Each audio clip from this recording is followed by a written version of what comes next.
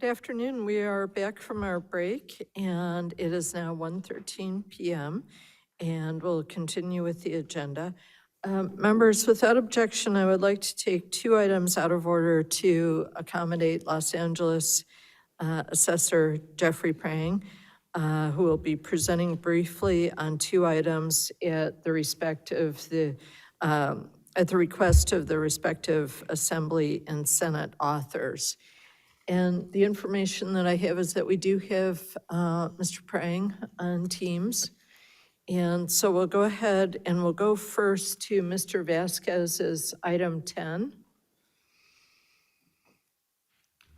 And Mr. Vasquez, if you would like to open on it, then we have Mr. Prang here to make a presentation. We're on 10? Yes, 10. Yes, thank you, Madam Chair. Do you need to call the item, I guess, first, or does it? Oh, I'm sorry. Let me do that for you. It would be, let me get to the correct page, just like you. And I'm also semi-prepared to do it. I should have. Then go ahead. I should have mentioned that before. So item 10 is under board member matters. It concerns AB 2172 by Mr. Gibson, County Assessment Appeals Boards, referring to Assessment Appeals Commissioners. And this is Mr. Vasquez's item. Thank you, Chair. The next bill is up for a possible board support is AB 2172. And I believe we have Christopher Hernandez. I see Jeff Prang, my assessor there, on the screen. Is Christopher Hernandez going to join you, Mr. Prang, or are you taking this on solo? I'll be doing this on my own. Go ahead. You're ready for me? We're Okay. ready. So, good afternoon, Chair Lieber and members of the board. Thank you for this opportunity to present our support for Assembly Bill 2172. For the record, I'm Los Angeles County Assessor Jeff Prang. I'm proud to sponsor this thoughtful and forward-looking measure, which will provide counties with a practical tool to address growing demands on the property tax assessment appeals administrative system while maintaining fairness and transparency for property owners. Assembly Bill 2172 offers counties the option from January 1st, 2027 through January 1st, 2024 to use a single member assessment appeals commissioner to hear and decide certain appeals. It is not a mandate, but it's a flexible option, one that allows counties, particularly larger counties, to adapt to increasing workloads that have made it more difficult to resolve appeals for property owners in a timely manner.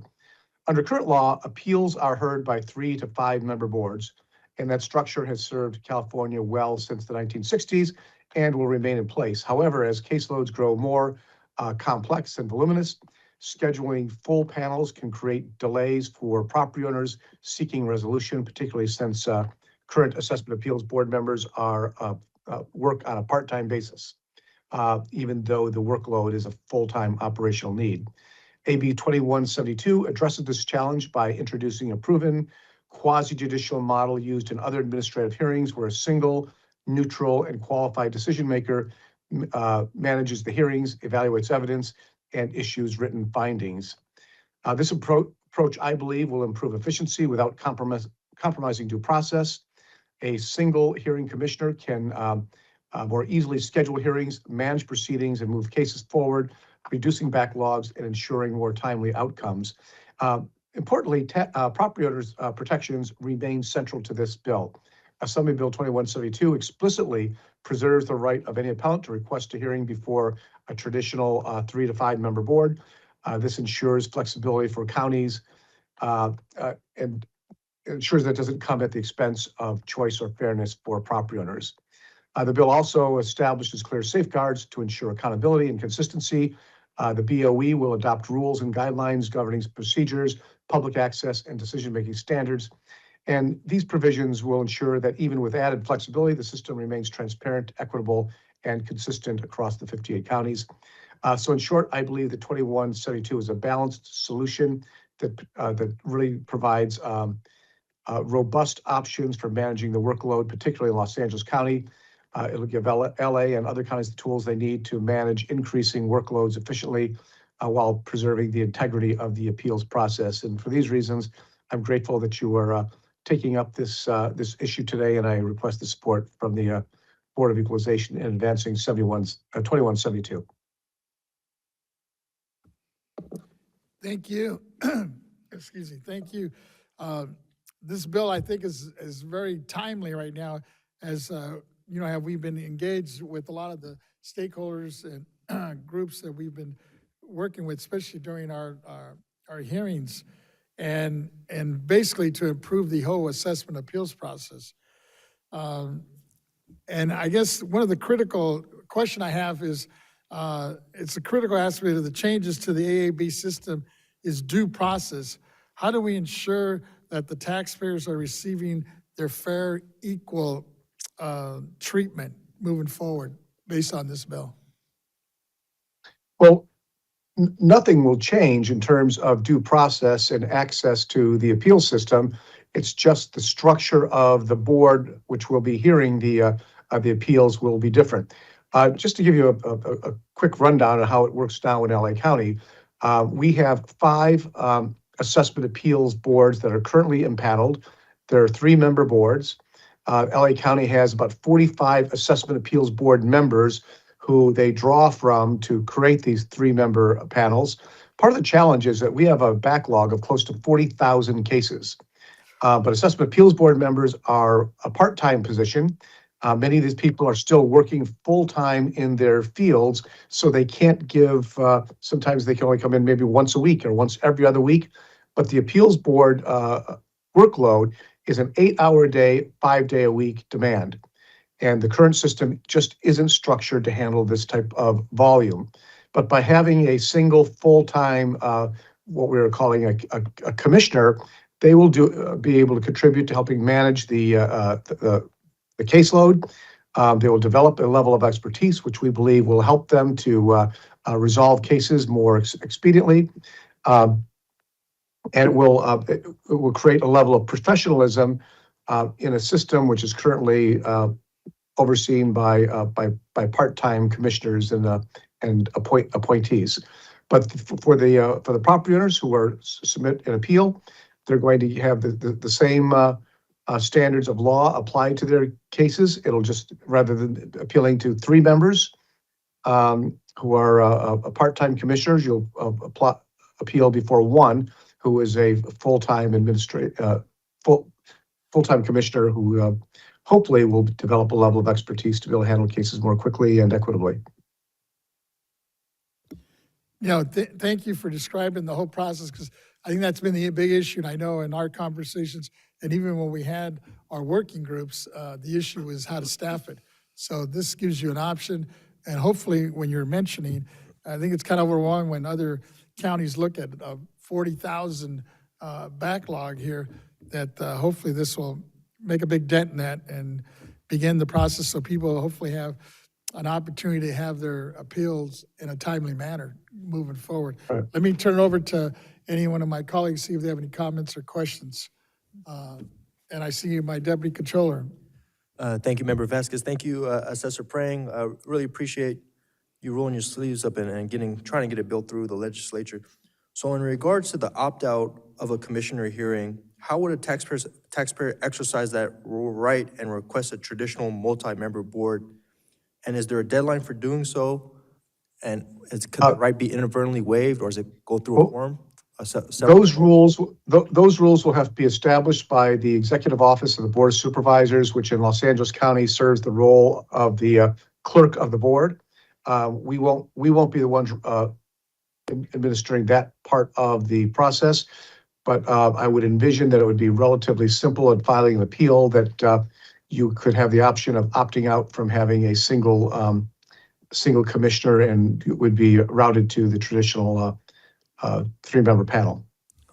Thank you. And then my next question and last question will be, would the commissioner model be available for all types of appeals, residential, commercial, and industrial, or limit to certain categories?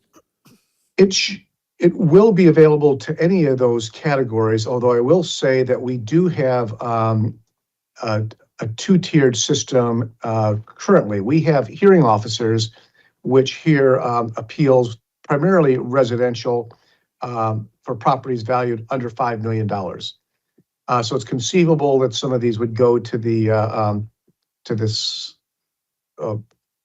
new hearing commissioner. But the likelihood is the other hearing officers will continue to hear these lower value cases. Thank you.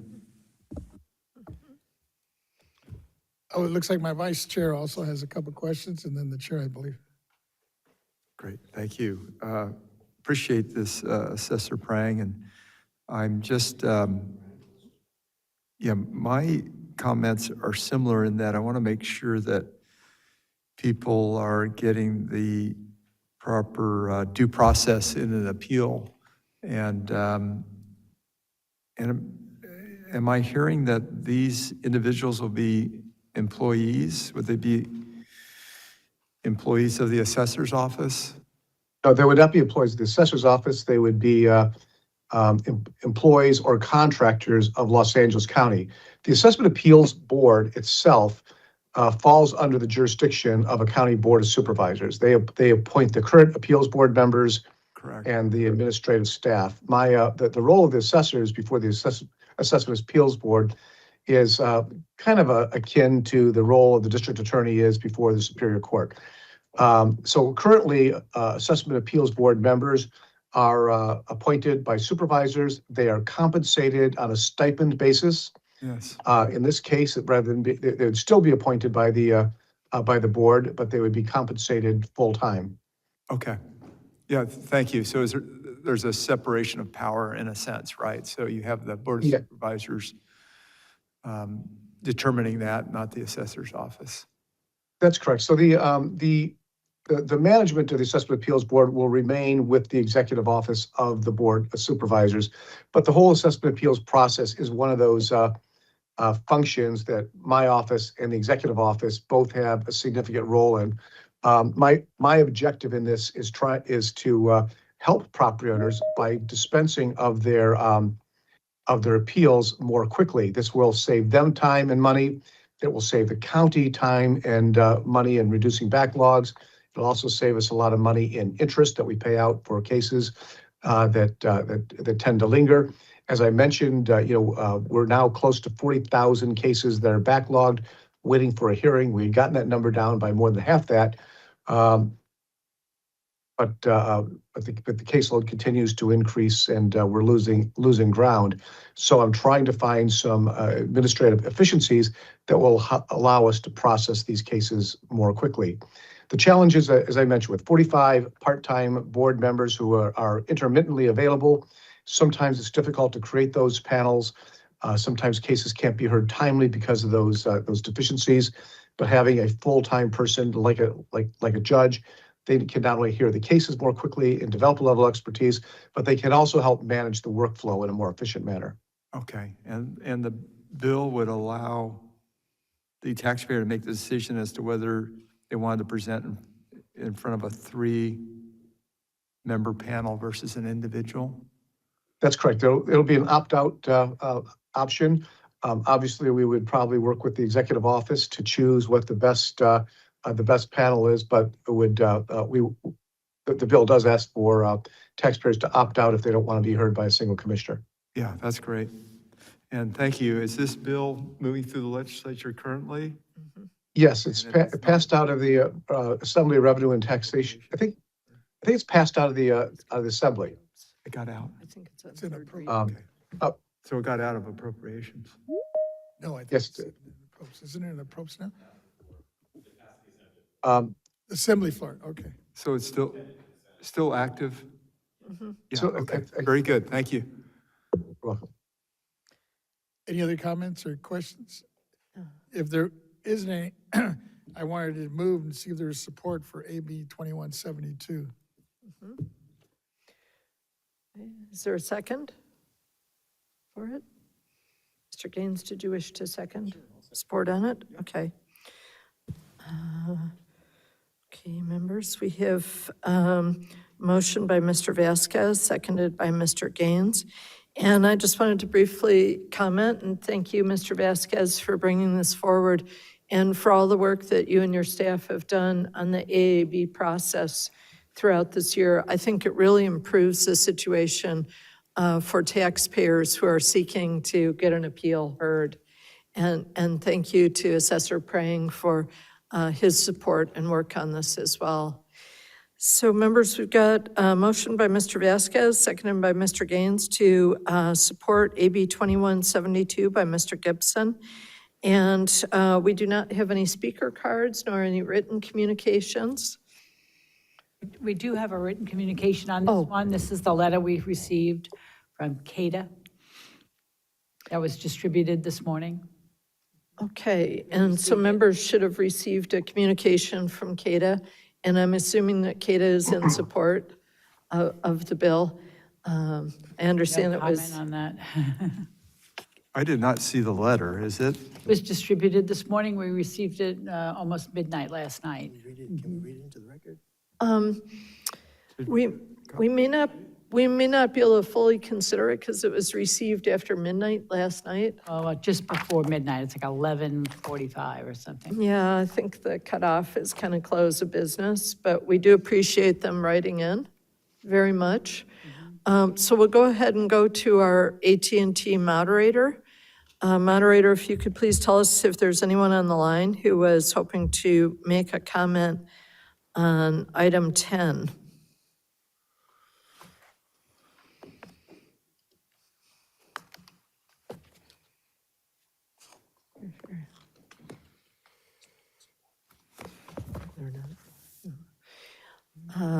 Moderator, are you there?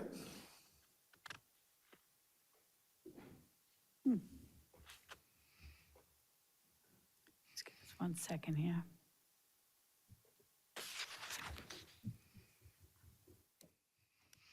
Maybe as we're waiting for the moderator, if we could ask staff if they can possibly pull up the letter from CADA.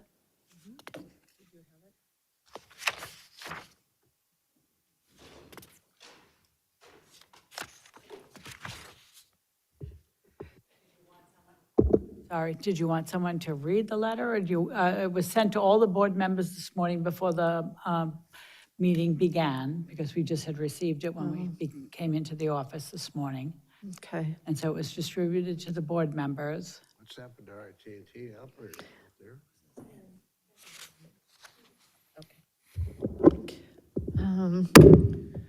All right, I'll read it Yes, into the record. Please, thank you.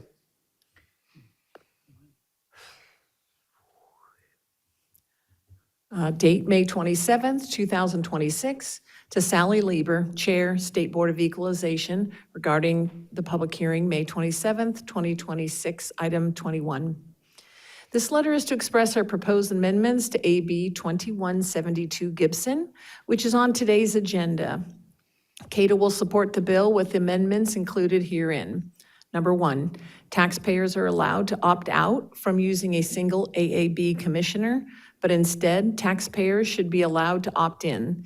The last sentence of the new R&TC section 1622.3A should read, an assessment appeals commissioner shall hear and decide a property tax assessment if an appellant has made such a request pursuant to subdivision E.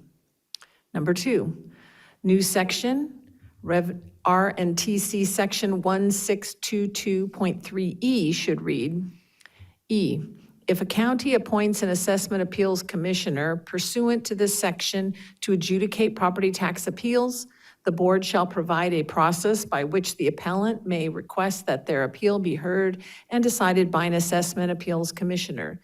Upon receipt of a request, the county shall ensure the appeal is heard and decided by an assessment appeals commissioner.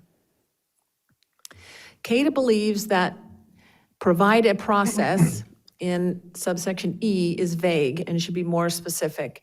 There should be no requirement that an appellant's request be prominent or standardized with a timeline for when, how the request must be made.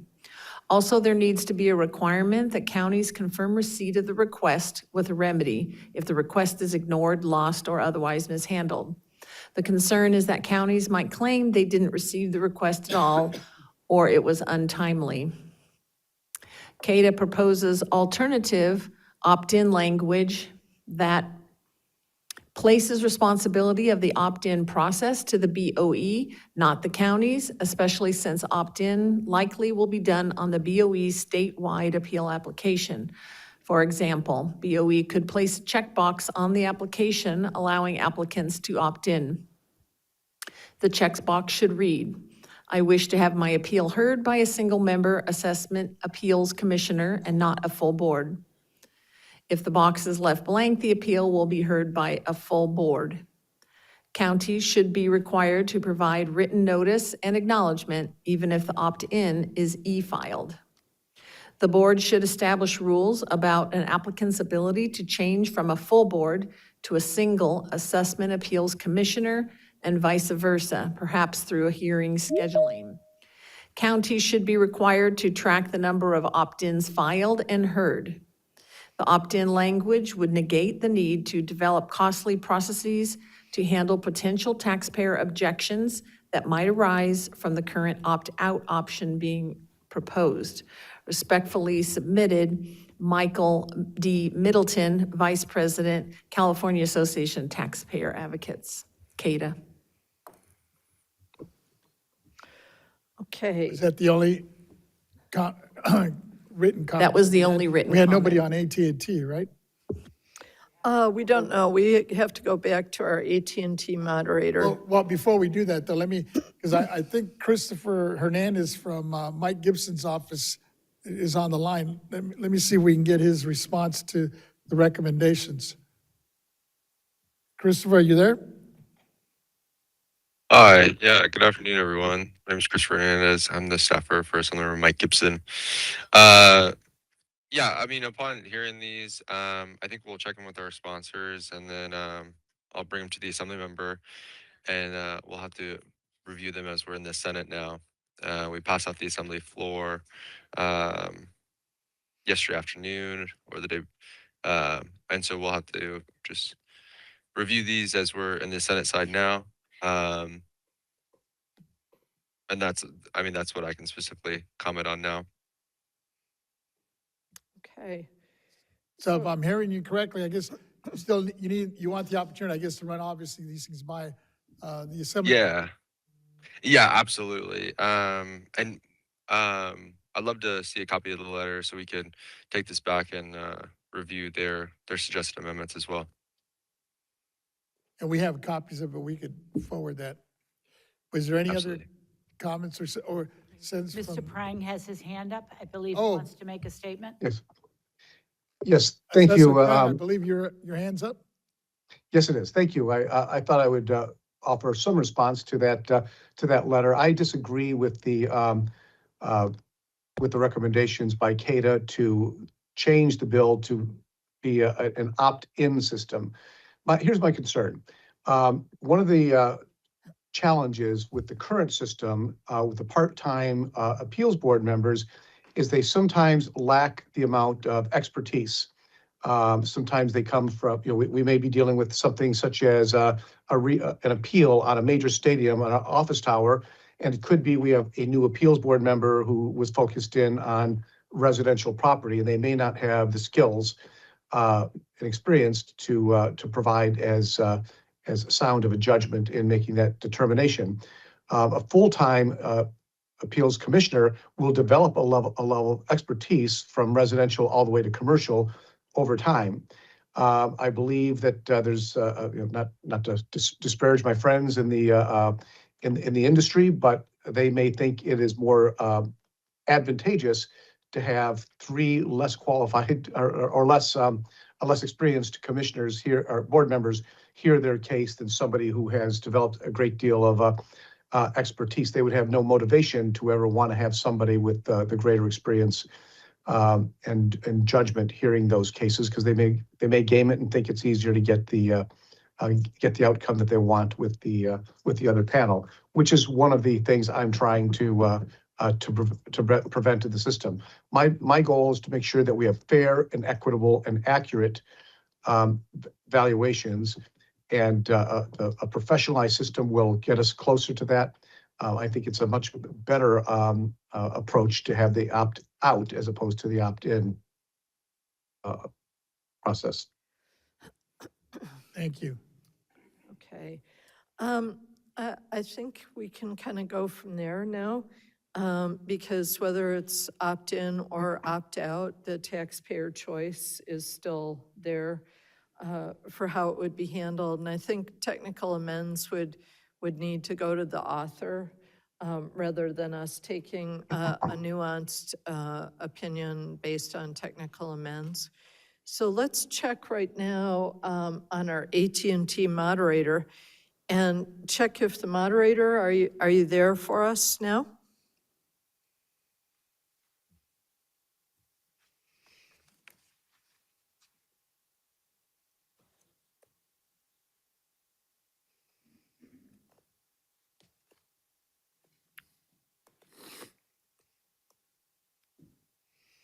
Thirty seconds. Our understanding is that they are there. Moderator, are you there?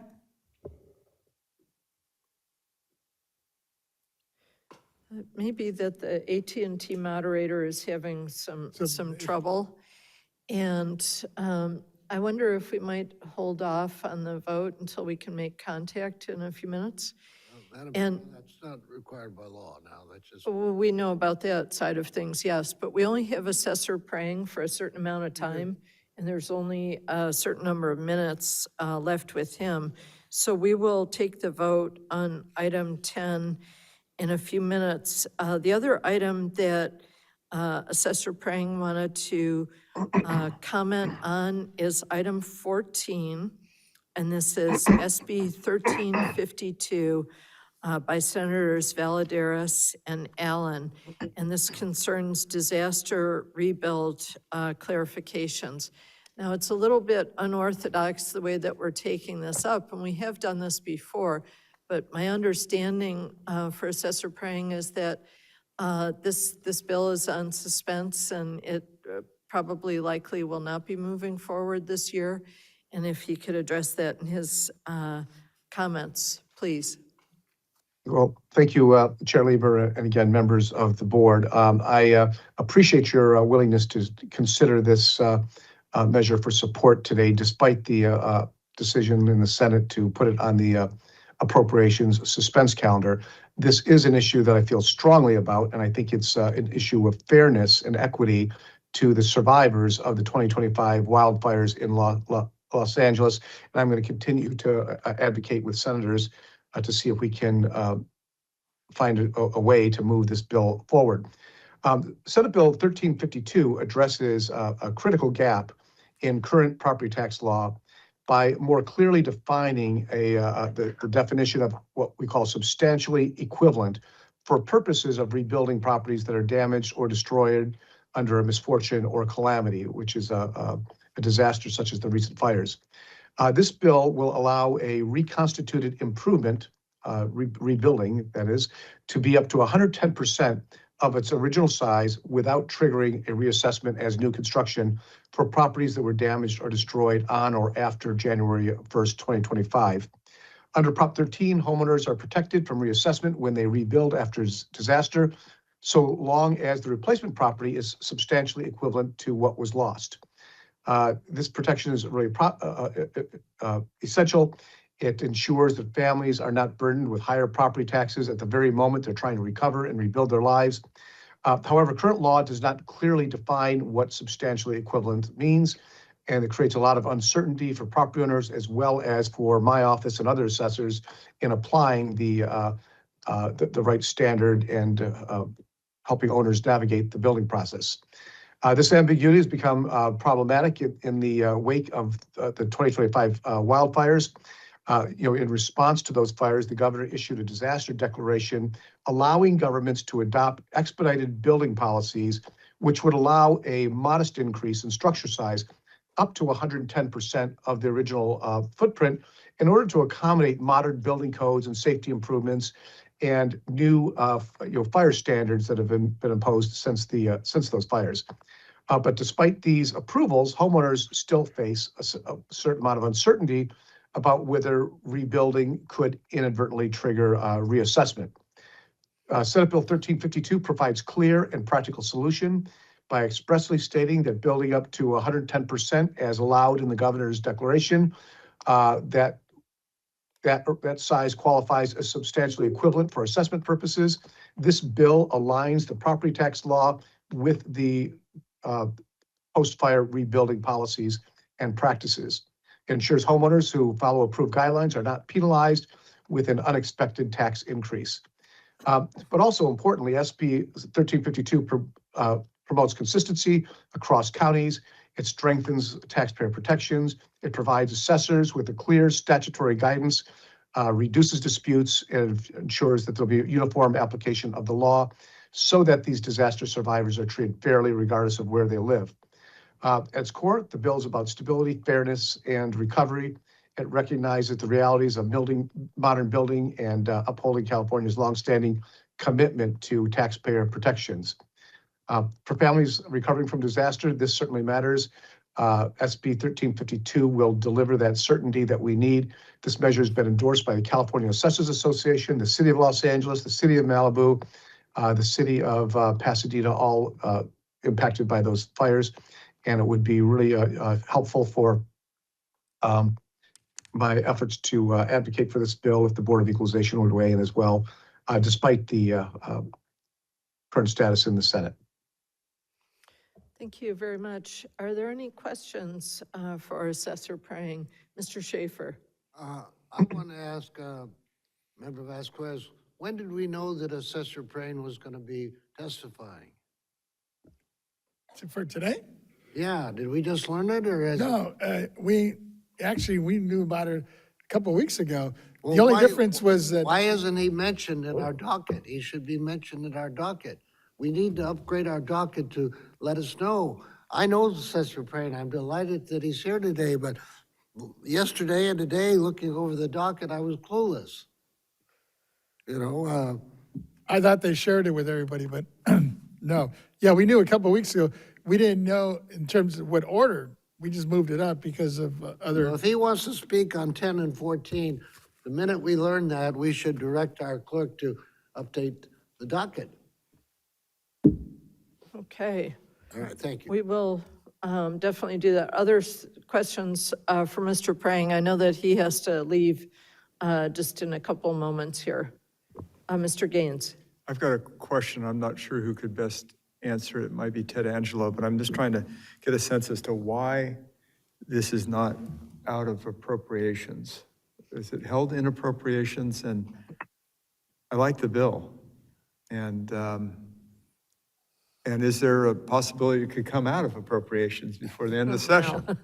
So, Ted Angelo, Chief of the Legislative and Statistics Division. And I'll just answer quickly. The bill was held on suspense.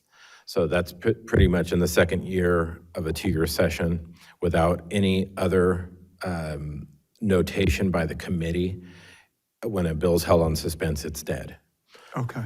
But if the bill's contents were to be amended late in session during floor session and it was referred back to committee off the floor, now they don't love doing that, but it's possible the subject matter could come back. But this bill was held on suspense and it's not moving. Okay, they could also amend it without substantially changing it. That'd be another option, couldn't they?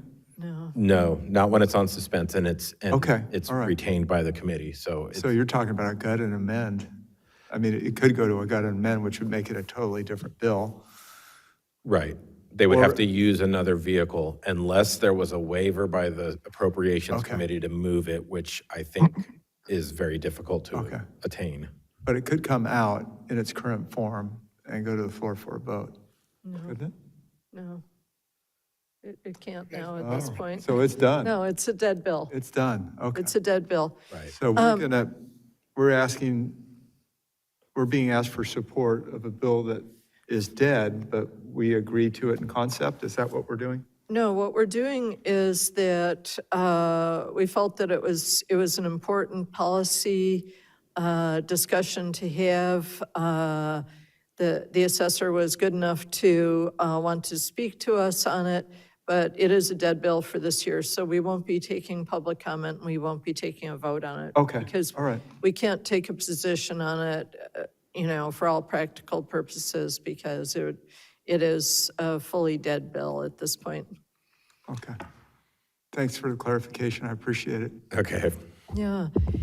And Assessor, I know you have to leave in about 1 minute, but any final thoughts for us? And we will definitely watch for a bill on this topic in the next year. Yes, thank you very much. I will tell you that I am very perplexed as to the actions of the Appropriations Committee. It is very frustrating that they will not provide any comment respecting their determination not to take the bill up. If it is a fiscal concern that they have, one, there's the state fiscal liability is non-existent. These are local funds.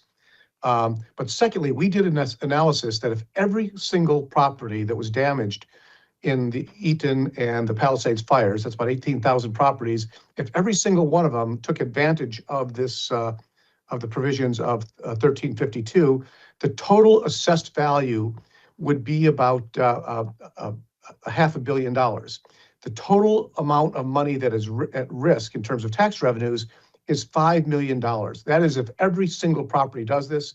We know that not even half of them are going to do it.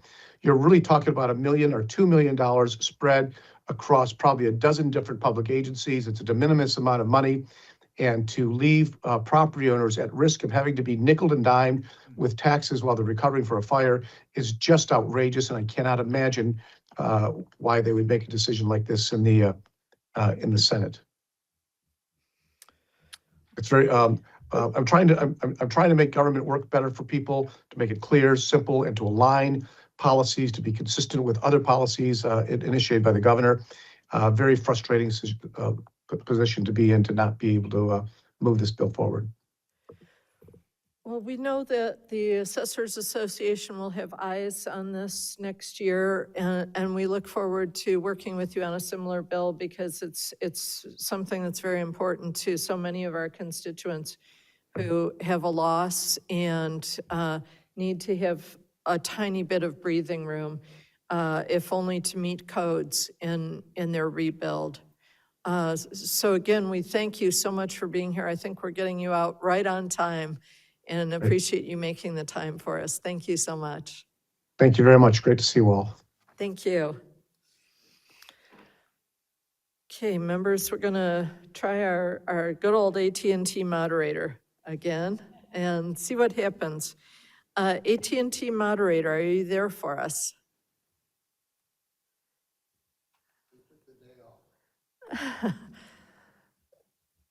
Well, shall we just proceed to a vote on item 10? Okay, members, there was a motion from Mr. Vasquez, seconded by Mr. Gaines. This is on AB 2172 by Mr. Gibson. And Mr. Ketty, if you would please call the roll. Chair Lieber, Aye. Vice Chair Gaines, Aye. Member Vasquez, Aye. Member Schaefer, Aye. Deputy Controller Emron. Aye. Okay, that passes unanimously. Thank you, members. Chair, I had a comment. Oh, please, Mr. Schaefer.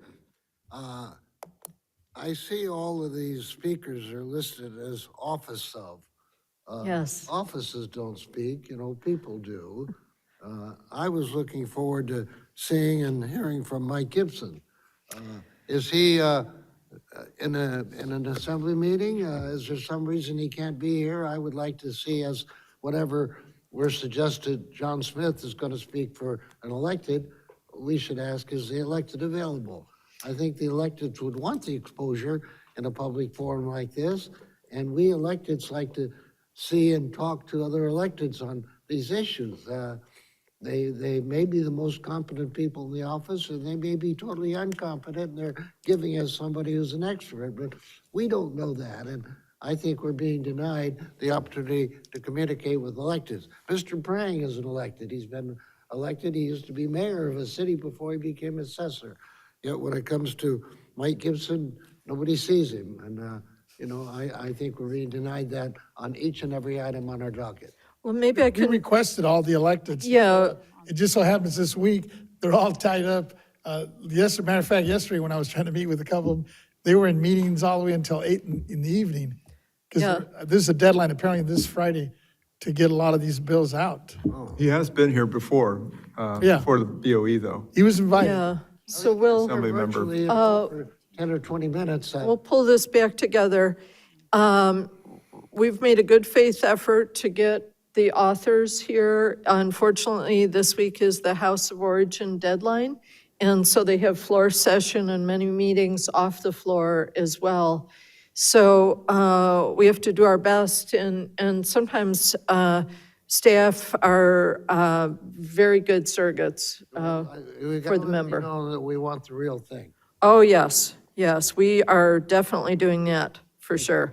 Thank you. So now we're going to go back to the item that we were on before we took the two items for Mr. Prang to comment on.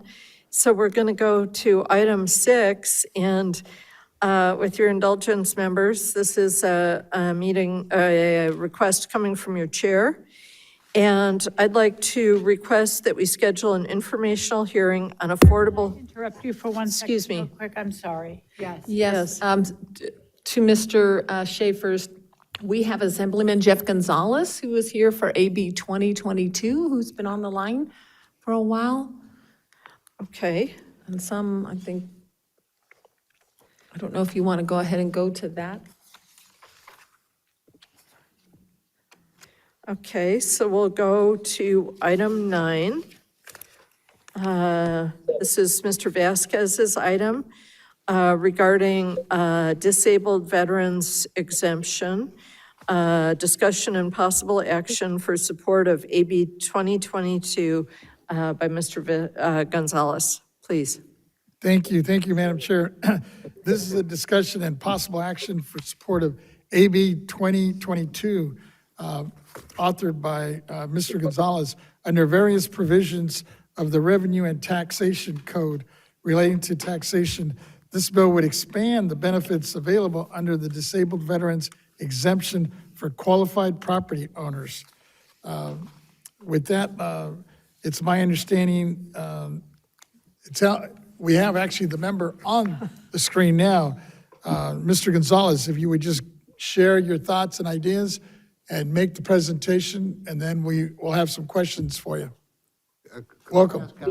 Thank you. This is Assembly Member Thank you. Gonzalez. Thank you so much. My name's Assembly Member Jeff Gonzalez. Good afternoon, members of the board. And yes, we are in House of Origin right now, but welcome to being live at the Capitol and on the portico. They're actually right inside of there. We're voting, but I'll jump back in to catch up on my votes. Thank you for the opportunity to present my bill, AB 2022, today for your consideration. As we all know, California has one of the highest costs of living in the country, with costs continuing to rise. Property taxes can become an overwhelming burden, especially for our most vulnerable community. In particular, California is home to more than 1.2 million veterans. Approximately 380,000 veterans live with service-connected disabilities, conditions that were caused or made worse by their time in uniform fighting for our nations. Me being one of them, I am the only member of the state assembly that is a veteran, and I am a 100% disabled veteran. And nearly 25% of homeless veterans are located in California, the highest percentage of any other state. These men and women who answered the call to serve, often at great personal expense, many returned home with injuries that fundamentally changed their lives, their ability to work, and their financial stability. For disabled veterans, many of whom are living on fixed incomes or are unable to maintain full-time employment due to their disabilities, these pressures are even more severe. It can be the difference between staying in their home or being forced. And for a veteran who has already sacrificed so much, losing their home is not just a financial hardship, it's a failure of our commitment to veterans. But AB 22 seeks to address this failure. I come before you not only as a legislator, but as I said, but as a 100% disabled combat veteran who served 21 years in the United States Marine Corps. This bill is not abstract to me. It reflects the lived reality of many veterans I've served alongside and continue to represent. This bill provides a full property tax exemption for the primary residence of veterans who are 100% disabled as a result of their service and have an income below approximately $81,000, which will adjust with inflation. For those with higher income, this bill will provide a 50% property tax exemption. In instances in which 50% may be a smaller exemption than exists in law today, veterans will receive an existing exemption to ensure we do not take a step backwards. I'm aware of an error in the amendments taken on April 29th, in which the value of the property in 205.5.1C1 should be about 360,000 and adjust for inflation on a yearly basis. I am committed to addressing this error as the bill moves through the Senate and ensuring no veteran is left worse off from this measure. The provision of this bill also extend those same exemptions to unmarried surviving spouses, ensuring that families are not displaced after the loss of a loved one. This measure is also time limited and includes reporting requirements so that we can evaluate its effectiveness and ensure accountability. At its core, AB 2022 is about stability. It addresses homelessness among our most vulnerable veterans. It ensures that when a veteran can no longer work in the same way they once did, they are not left behind. We ask a great deal of those who serve. We ask them to put everything on the line, sometimes their health, sometimes their future, earning capacity, and risk their lives. In return, we make a promise that when they come home, especially when they come home injured, we will stand by them. Standing by our veterans means making sure they can afford to stay in their homes. Standing by our veterans means providing stability in the face of rising costs, and it means honoring their sacrifice and meaningful action. AB 22 is a step toward fulfilling that promise. Board members, this is about doing right by those who have already given so much. I respectfully ask for your support of this measure and thank you for your time today. Thank you, Assemblymember Gonzalez. This bill is similar to, I guess it was SB 296 by Archuleta last year. And it's such an important way to give back to these veterans that we, that have done so much to sacrifice in many of our communities. So I'm pleased that you're bringing it back in its similar form. And the revenue loss that, some people are talking about is minimal in terms of what the benefits are to a lot of these poor veterans. So moving forward, I guess my question would be, in your experience, what have been the biggest obstacles to getting this thing passed, getting it through? Yes, thankfully it passed through the assembly across the board. Everyone sees the need for it. Some of the minor obstacles was the potential cost, but like you said, Mr. Vasquez, it is minimal compared to the sacrifice that our veterans have and will continue to place not only on themselves but on their family and support the United States. So that's been minimal, but after several conversations, people are like, you know what, it's the right thing to do. Thank you. Let me see, I see a hand up here, Mr. Schaefer, Member Schaefer. Yes, Mr. Gonzalez, I'm very happy you're with us in person. We quite often get staffers, and I am thirsting, for the real thing. How long were you on wait before we got to you? About a half an hour. Oh, my God. Can't there be some way that the red light goes on when it's an assemblyman? I heard your comments about being present, so I wanted to make sure that I stayed and hung in there and shared how important this is by having to, miss a couple votes to come out here. But I thank you for allowing me the opportunity to Well, I so appreciate all you're doing. San Diego and Riverside and Orange are my districts, and we're very heavy, with the military. And here on Memorial Day weekend, take up this topic is very important. And I wish you Godspeed, and I will help you any way I can. Thank you. Thank you, Mr. Schaefer. Any other comments or questions? Yeah, Vice Chair, go ahead. Yeah, James. great. Yeah, I just, I'll take this opportunity for Assemblyman Gonzalez. Thank you for bringing this bill forward. And I've got a lot of veterans in my district. I live in El Dorado County, and I've been told that we have the most veterans per capita. Okay, so it's a small county, but we have a lot of, That was when LA compared County, to the biggest county. population, it's, I think it's around 6%, something like that. But you've got me beat numerically probably numbers, 100 right. times. So I want to just express my support and thank you for carrying this bill, and I hope you're successful in getting it through the legislature. Thank you, Mr. Yanes, and good seeing you again. I saw you in El Dorado County at an event. It was good to meet you there. Great, Good to see you here. great, thank you. Any other comments, questions? No comments, 1,000% support. And may we move take a motion from Mr. Vasquez? AB 2022. And Mr. Schaefer, would you like to second that? Okay, thank you. Any closing comments, Assemblyman? No, thank you, Mr. Vasquez, for taking this up, and thank you to the board for allowing me to speak here today. Now it's time for me to go back and vote and make sure that California's interests are aligned with Californians. So I appreciate everything you do, and any way that I can help, please feel free to reach out. Thank you. Thank you. Okay, members, we have a motion from Mr. Vasquez, seconded by Mr. Schaefer, that the board support AB 2022 by Mr. Gonzalez. We have no written comments, nor anyone submitting a speaker card from the auditorium. Let's try our AT&T moderator.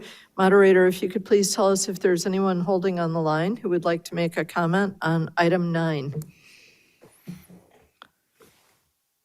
Item 9, AT&T moderator. Okay, I fear that we've lost our AT&T moderator.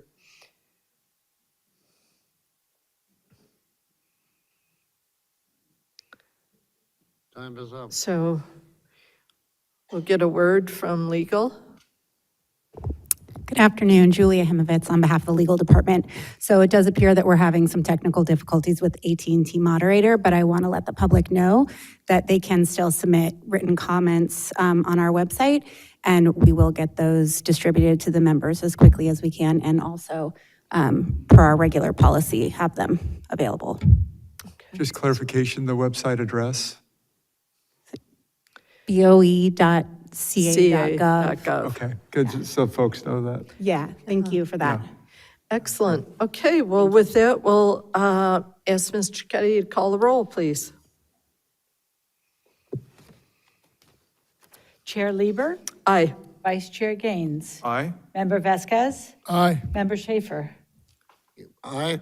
Deputy Controller Emron. Aye. Thank you, members. It's unanimous support. Thank you, Mr. Gonzalez, for being here. Thank you. Okay. Thank you. Are we aware if there are other members who are holding in the Teams area? You're checking to see if we have any other We're electeds, checking right? right now. Yes. Okay.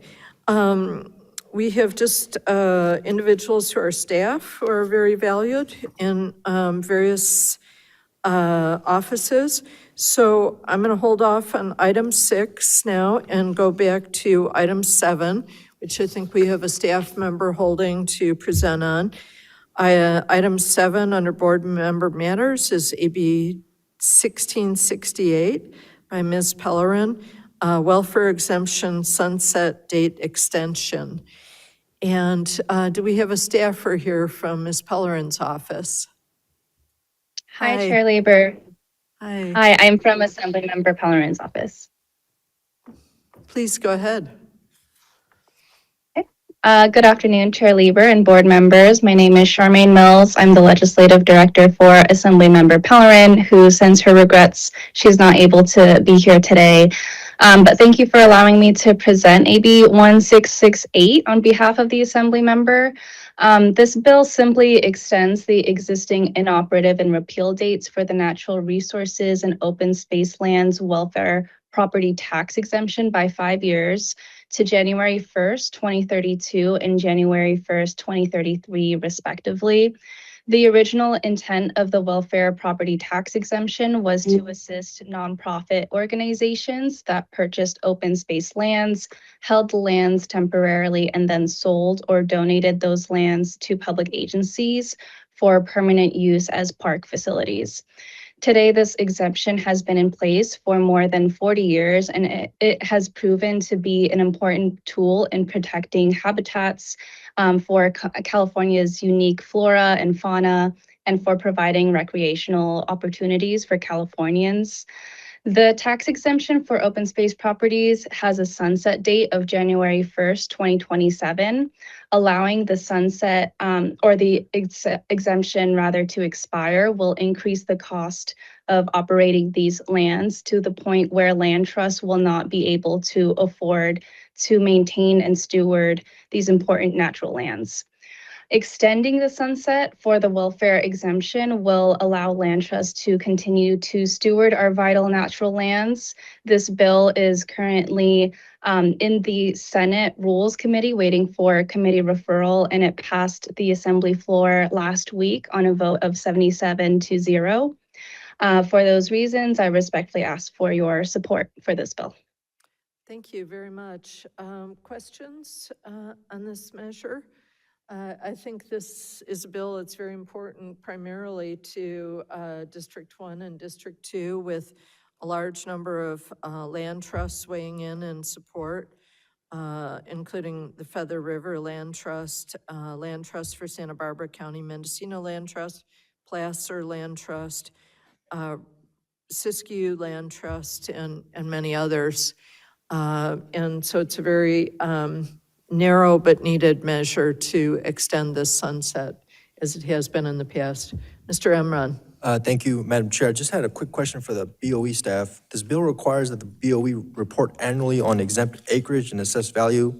Has the board been tracking this data already, and will the reporting obligation require additional resources or staff?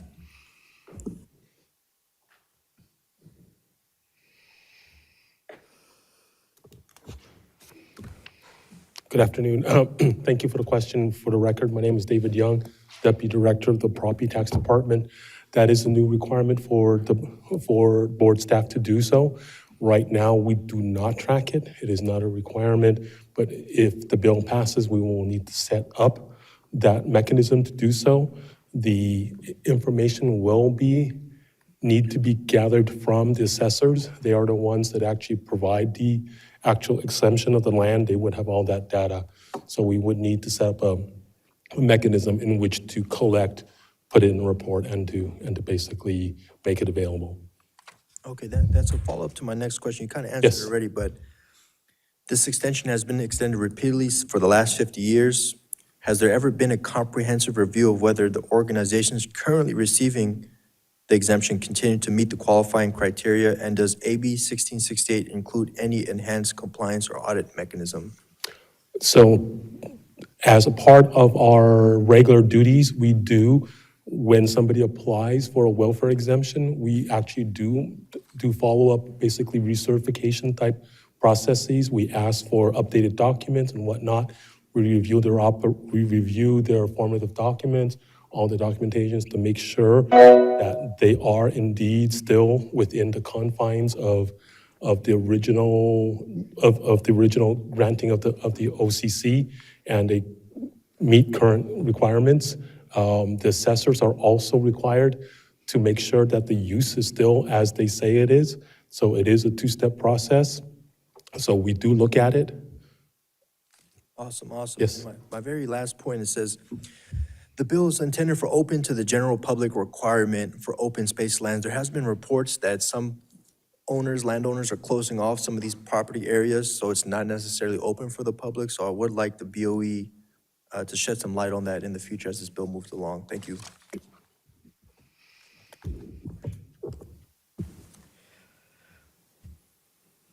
Yvette Starr, Executive Director. I appreciate your last comment, is the land being used properly for its use? That was not inside our scope. The assessors will have to look at the use of the land, and they do have those who are claiming the welfare exemption, they do have them verify the use of the land on an annual basis. So I just want to be clear that we don't have jurisdiction, so we cannot make that determination. That's up to, for where the property is located, it's for the assessors and their staff to make that decision. Understood. Is that something that we shed a light on in our annual report, or is that completely for the assessors? No, because we co-administer the welfare exemption.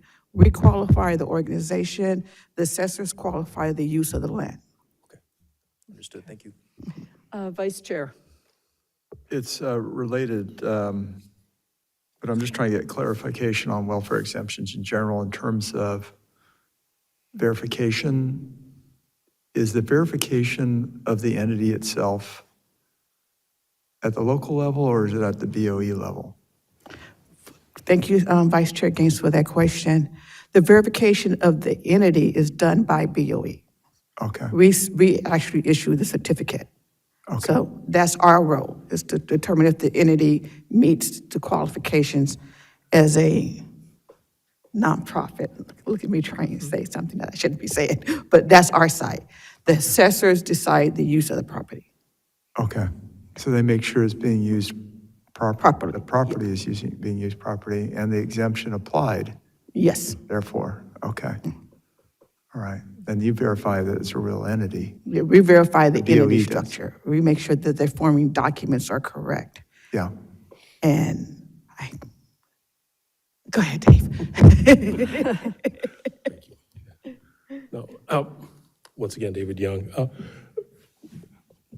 Executive Director Stowers is absolutely correct.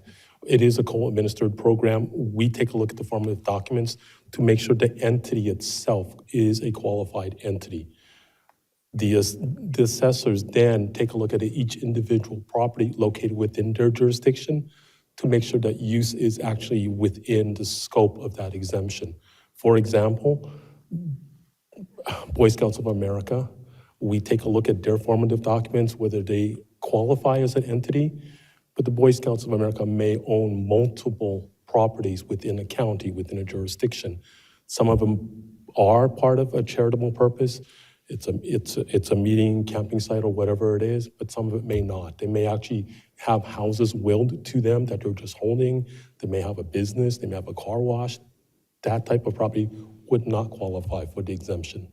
okay, So it's a two-step process, okay, thank you. of course. Okay, any further questions? Mr. Schaefer, did you have a question?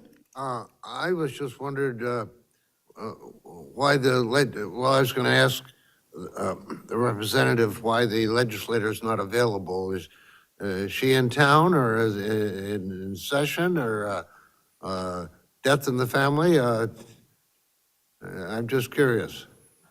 I would think, I mean, you're doing a very good job, but we might like to meet her, and she might like to meet us. Yeah, sorry about that. Assemblymember Pellerin is currently on the assembly floor, casting her votes as well.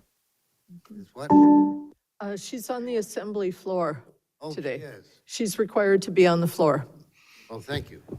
Mr. Schaefer, I just wanted to clarify in case it wasn't clear earlier.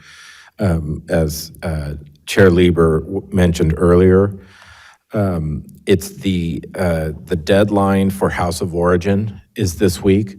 So they have like 600 bills that they have to hear.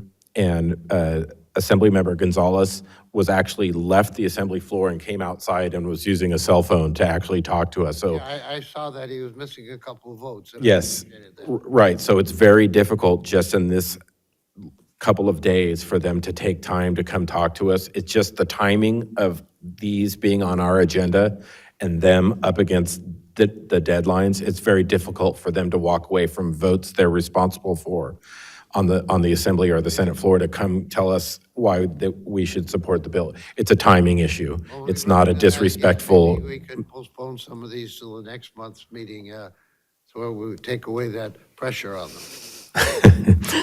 We'll get back to things now, and so I'd like to go ahead and make the motion that we support AB 1668 by Ms. Pellerin. I'll second that. Okay, moved by Lieber, seconded by Schaefer. And if there are no further comments, we don't have any written comments, nor do we have speaker cards. So let's try AT&T again, just for fun. AT&T moderator, is there anyone waiting on line to make comments on item 7? Madam Chair, can you hear us? Yes, now we can hear you. Please go ahead. 110 for any comments on that line number?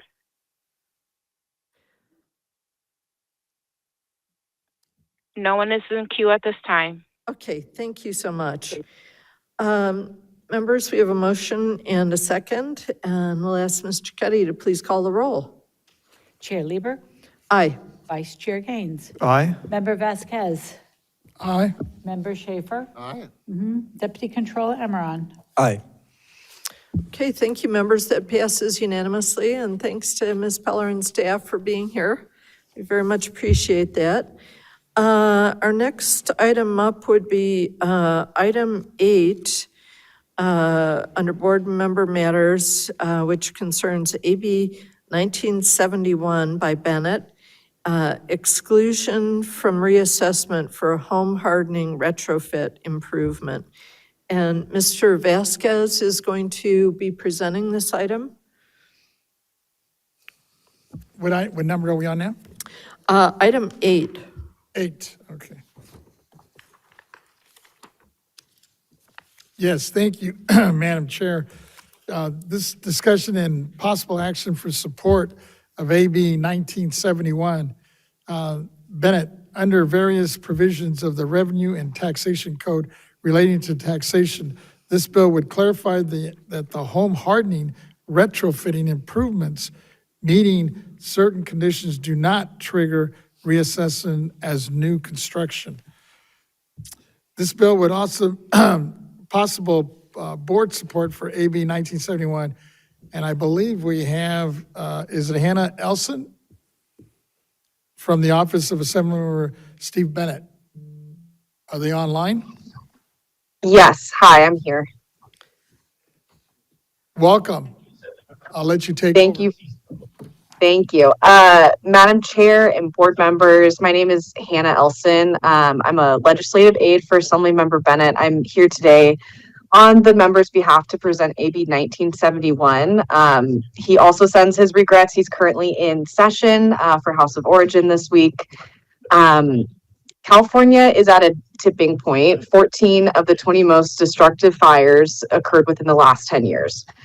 And last year's historic LA fires have shown us that property resilience is no longer optional, it's a necessity. AB 1971 directs the Board of Equalization to clarify that home hardening retrofits are not accessible upgrades and therefore won't result in a higher property tax. Comprehensive home hardening, which includes installation of ember-resistant siding, multi-paned windows, Class A or fireproof roofs, can cost upwards of $100,000. With this clarity, we hope that Californians will be incentivized to take real steps to protect their home from wildfire without fear that their property tax will increase. Unfortunately, this bill was held on the Assembly suspense file, but we remain committed to working with the Board of Equalization and assessors to ensure that home hardening retrofits won't be considered accessible.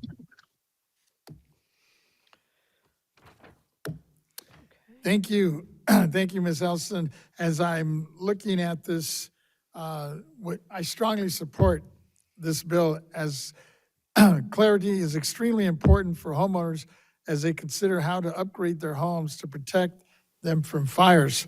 My question, though, to you is, in your research for the bill, have you encountered inconsistencies from county to county, and what kinds of home hardening would trigger a reassessment on their property? So we worked with the Assessors Association on this, or they've been providing a lot of sort of technical assistance to us in our conversations with them. It sounds like they're ultimately, it is up to the assessor's discretion to decide whether or not an upgrade is accessible. But for the most part, it seemed like there was agreement among various counties across the state that as long as a home hardening retrofit does not change the use or the footprint of the home, then it is not accessible. Thank you. That's what I was kind of hearing from folks county to county, and I just wanted to confirm that and went and stated in the record as well. With that, let me turn it to my colleagues to see if there's any questions from any of the members. Yes. And I see Deputy Controller with his hand up. Thank you, Member Vasquez. I appreciate the Assembly members' bill too. I guess this is another question for the Board of Equalization staff. Is there a risk that the definition of home hardening, retrofitting improvement is broad enough to be interpreted inconsistently by county assessors, and how would the Board of Equalization guidance address that caveat?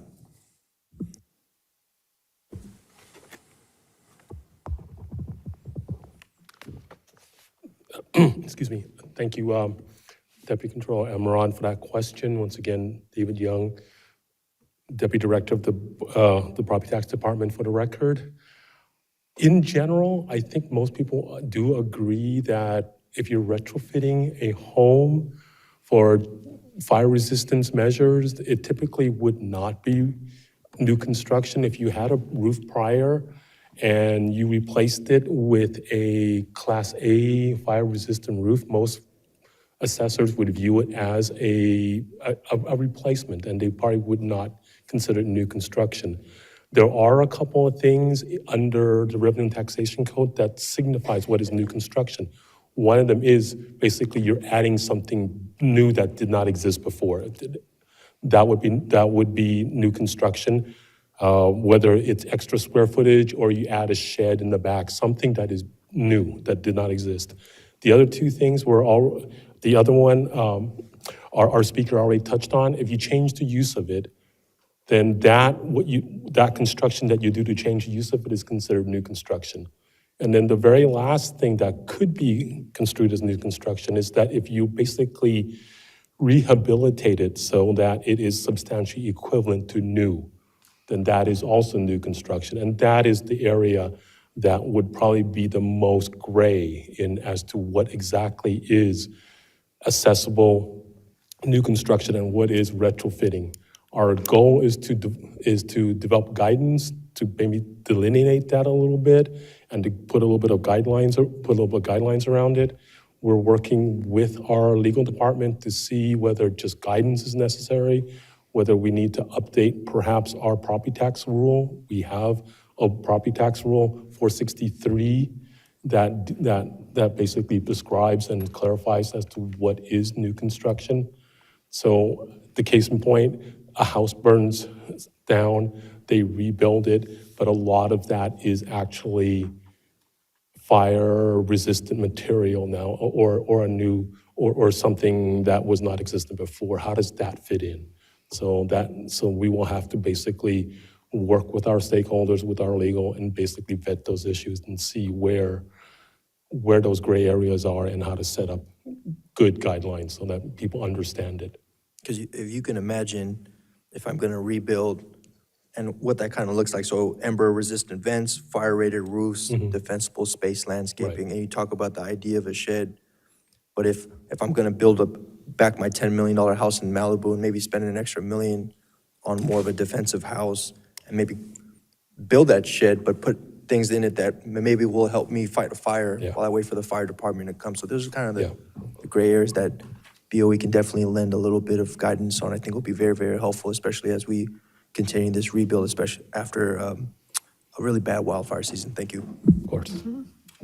What's interesting when you're talking about hardening and if it's something new, and I'm just wondering if somebody, especially if somebody's sitting like on a hillside and maybe for whatever reasons, felt it was okay to leave or not have a wall, if it's on a hillside down on a hill, but now hardening they're thinking, well, shoot, you know what? Maybe I should have almost like a firewall, along the back of the yard or on the sides. Is that considered new construction? That's Kind of a gray area. I'm That's sure. that's the gray area. We really, you're absolutely correct. The parts that are true retrofitting, we understand, and I think Right. most people agree on. Your case is very, very illustrative of what questions we need to address. A new fire break is put in, it's not retrofitted. Is that included? And I think there's going to be a lot of conversation on that part. Yeah. Question if I Vice could. Chair, go ahead. You had a question? Okay, yeah, thank you. So what you're saying is if I put a new roof on my house, there's no tax consequence? Typically not. I have to couch it with typically. If you did it now, regardless of whether this bill's not going to make it this session, but if it comes back around, even without it, chances are you would not be reassessed. You had a pre-existing roof and you replaced it. That's repair and replacement, and 463, our property tax rule, has a pretty good guideline and a pretty good handle on that. That typically would not be. The only chance that would be is if you basically tore down your whole house and you rebuilt it so that you rehabilitated it so it's substantially equivalent to new, the whole structure, then that could be picked up as new construction. Okay. But it would have to be a pretty extensive redo. Sure, but you might maybe go to that extent, but you might put a new roof, new siding, and new windows on. Yeah. Just to be cautious, or the insurance company may ask you Right. to do certain things. And I Right. think that's what the bill's driving at, isn't it? Right. That Yeah, the bill has two parts to it. One, it requires, it asks us to basically provide the guidelines. And two, it makes a reference to another code that actually has what they consider retrofitting in it. So if the bill passes, that type of reference would make the discernment much easier because they actually list what is retrofitting. Without that, that's where the gray comes in. right, it should be helpful for It should be folks helpful. having to do that, not to have additional taxes paid. So, yeah, thank you. Of course. Deputy Controller? Appreciate that, Mr. Vasquez. I had one more quick question, I guess, for the author of the bill. Would home hardening improvements funded by insurance proceeds or government grants still qualify, or does the funding source affect the exclusion? That's a great question. We actually have not discussed that circumstance. I would have to check in with Assemblymember Bennett and get his thoughts on that. My take would most likely be yes, but again, I need to just get clarity from him on his exact intent with this bill, as this is a member-sponsored one. I appreciate that. Thank you. The only other question I had, currently, Ms. Elson, where's this sitting now, this bill? Unfortunately, it got held in the Assembly suspense file. So the bill is dead for all intents and purposes. But that being said, my boss, Assemblymember Bennett, continues to be very passionate about home hardening and ensuring that folks have the tools to take the steps in order to comprehensively harden their home. So we look forward to continue working with yourselves as well as the assessors to figure out the best route possible in order to ensure that we have this clarity for our constituents. Thank you. Yeah, I was going to move it, but it doesn't make sense at this point, yeah. Yeah, and I'll just comment, a thank you to Mr. Bennett and staff for the presentation. Obviously, we're very interested at the BOE in this issue, and we're going to look forward to a process with our staff of further clarifications to the extent that we can.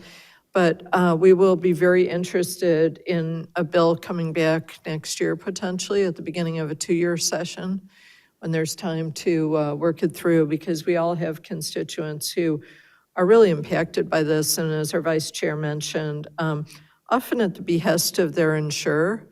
And there's a whole new front that's been opened in that situation of insurers denying continued coverage on homes in San Francisco with flat roofs, of which there are literally thousands. And so if you change your roof line, it is in essence a major change to your house that does make that accessible so people can find themselves in a very difficult situation. But we thank you so much for coming forward, and we will not forget the issue, and so please count us in for communication next year. Thank you, and thank you for your time. Thank you. Okay, members, we're about a little bit more than 20 minutes late for our labor break. So we apologize to those who are holding on the line to make a presentation. We will just take a 5-minute break instead of a 10-minute break and come right back and continue with our agenda. So if we could be back here by 2:38 at the latest. We don't have any electeds on hold, right? I don't believe so at this point. But staff are very important too. So we'll take a 5-minute labor break. How long have people been online? It could be a while, yeah. But we're sort of triaging things right now because it's a difficult time. I was appalled at that So, 3-minute estimate from the 5-minute break, so 2:39.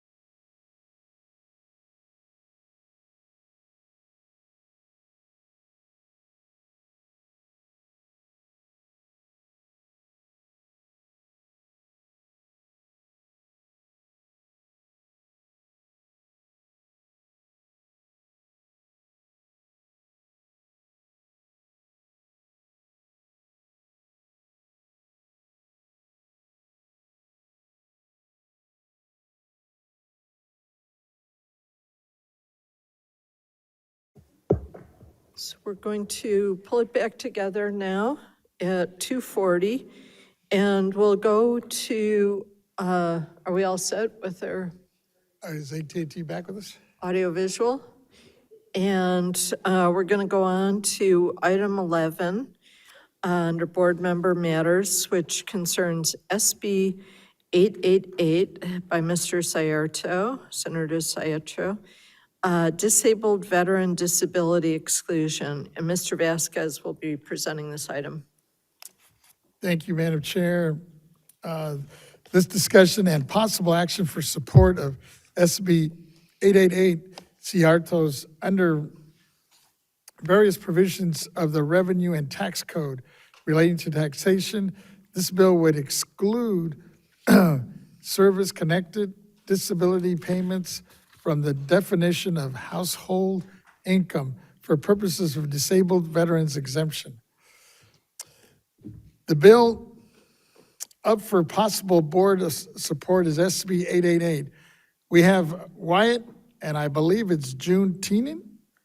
I don't know if I'm butchering your name there, from the office of Senator Kelly Ciarto, who's here on Teams to present and discuss this bill. And I see you on the screen, so I will turn it over to you. Thank you for showing up. Thank you, Mr. Vasquez. My name is Wyatt Juntinen. I'm the Capital Director for Senator Ciarto. And if I can be indulged for 2 minutes, I want to speak to Mr. Schaefer's point about the timing of this meeting and conflicting with the House of Origin. Unfortunately, the board's next meeting, scheduled in June, falls within the 10-day period for accepted letters for the Assembly Revenue Tax Committee. So if these items were to be delayed, we'd actually miss the deadline to submit letters of support for the hearing for these 3 bills that I'll present on today. So I wanted to raise that as a point to Mr. Schaefer, since he represents many of the same counties as Senator Ciarto, who wishes he could be here today, but is presenting on the Senate floor currently. So with that being said, Senate Bill 888 deals with many of the same issues brought up by Assemblymember Gonzalez regarding disabled veterans and their household income and the exemptions for property taxes. This bill is identical to SB 56, which the Board of Equalization took a support stance on last year. Unfortunately, that bill was held in the Assembly Revenue Tax suspense file. Thus far, SB 888 has flown through the process on consent, and it is now set for a hearing early in June in the Assembly Revenue Tax Committee. So the core paradox in this bill is if an individual receives the disability pay and receives basic Social Security, that works out to about $91,451 annually, which is above the low income ceiling of $81,000 to qualify for the low income exemption. Obviously, when we crafted the exemption, we were not considering disability pay and Social Security as being somehow high income in the state of California. And this bill matches federal standards and chooses to not treat disability pay as regular income.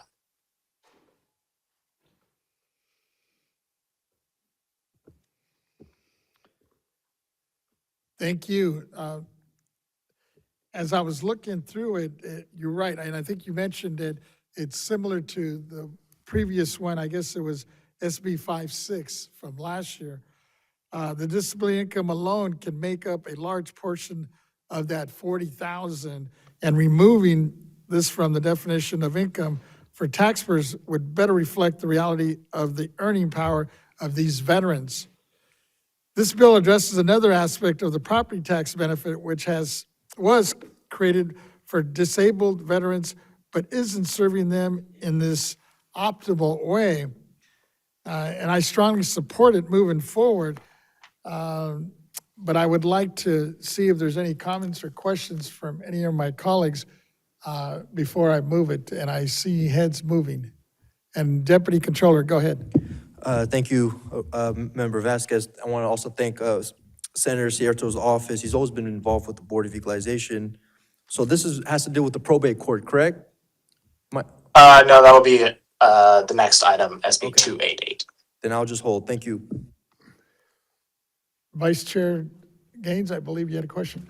Yeah, where is the status of this bill? Is it going to the floor or where I are believe. we? This bill Go ahead, I'm sorry, go This ahead. bill passed off the floor and is set for hearing, I believe, in early June in Assembly Run and Tax. Oh, great, wonderful. Well, I just wanted to commend Senator Ciarto for bringing this forward again, and hope you are successful and encouraged that it's moving forward. And I'm in full support, so thank you. Chair, yes, Chair Lieber, go ahead. Yes, I'm 1,000% in support. When you look at those two incomes that you mentioned together, accounting for some $91,000 a year, that is not a lot to live in most places in California on.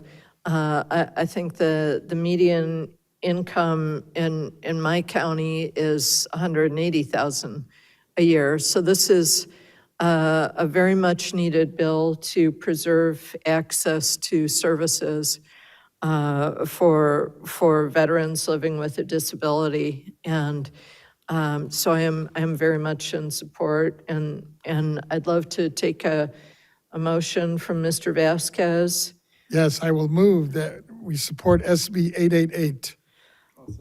Thank you. Seconded by Mr. Gaines. And any further discussion, members? Seeing none, I think we're ready to go here. And we have not received any comment cards from the auditorium nor any written comments.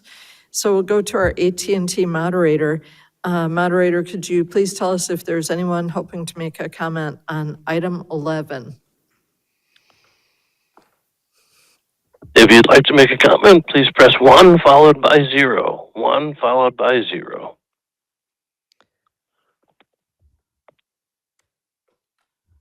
And no one is in queue. Okay, thank you. So we're prepared to have Ms. Cicchetti call the roll, please. Chair Lieber? Aye. Vice Chair Gaines? Aye? Member Vasquez? Aye. Member Schaefer? Aye. Deputy Controller Emeron? Aye. Okay, thank you. That's unanimous, members. We'll be supporting the bill. And we'll go on to item 12 under board member matters. This is SB 288, also by Senator Ciarto. Changes in ownership for family homes and farms. And what is, I think, very important about this bill, we've had many, many discussions over the past couple of years about the impact of Prop 19, and in particular, the predicament that families find themselves in when probate has not been concluded and they're coming up against the one-year timeline provided for under Prop 19. And so this bill seeks to correct that with indicating that the one-year time limit begins at the time that probate is concluded and an individual can move into the family home. And so for staff of Senator, I'd love to have any other comments that you'd like to give us. I think you set it up very well, Chair Lieber. This bill stems, we discussed it some in SB 284 last session. Unfortunately, that bill was trying to solve for too many items at once. So the senator thought it was best to address the issue of probate in a standalone bill this session. And thus far, it's been very well received. We are working with the Assessors Association on some technical amendments to make this implementation a little bit easier. I anticipate that those amendments will be in print ahead of the bill hearing in Assembly Run and Tax on June 8th. Okay, thank you. Any questions of staff? Mr. Emron. Thank you, Madam Chair. Will SB 288 apply retroactively to families who have already missed the deadline due to probate delays or only future transfers? That's an excellent question that I'll have to raise. I don't believe that this bill will apply retroactively, but happy to discuss that with Ledge Council. I appreciate it. And if you could ask Ledge Council too, if there's a possibility of a limited look-back period for families who missed the deadline solely due to probate. And then one question for the Board of Equalization staff as well. This bill requires that the Board of Equalization develop a new or revised claim form in consultation with the CAA. What is the anticipated timeline for that form development, and will it be available before the first lien date affected by the bill?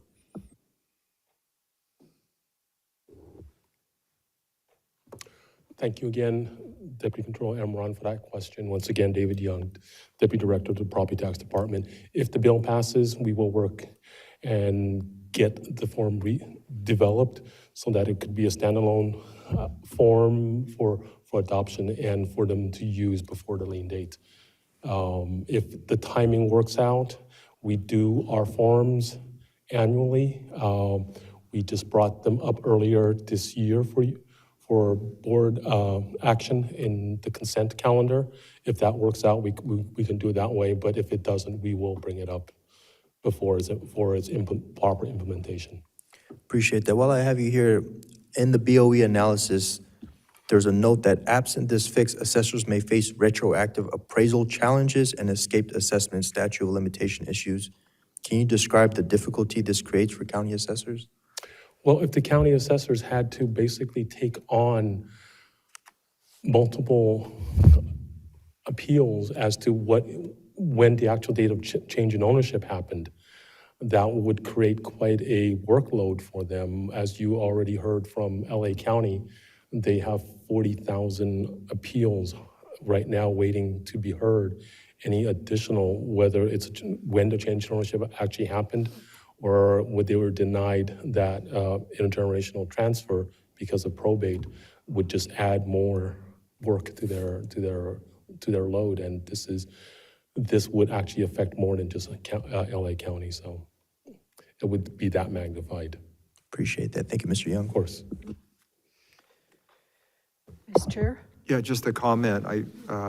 In support of Senate Bill 288, I want to thank Senator Ciarto for bringing it forward. And wow, if you could get clarification that would grandfather this for folks that have been impacted in the past, that would be huge, because they don't control the timeline when it goes through probate. So anything you could do on that front, we would appreciate.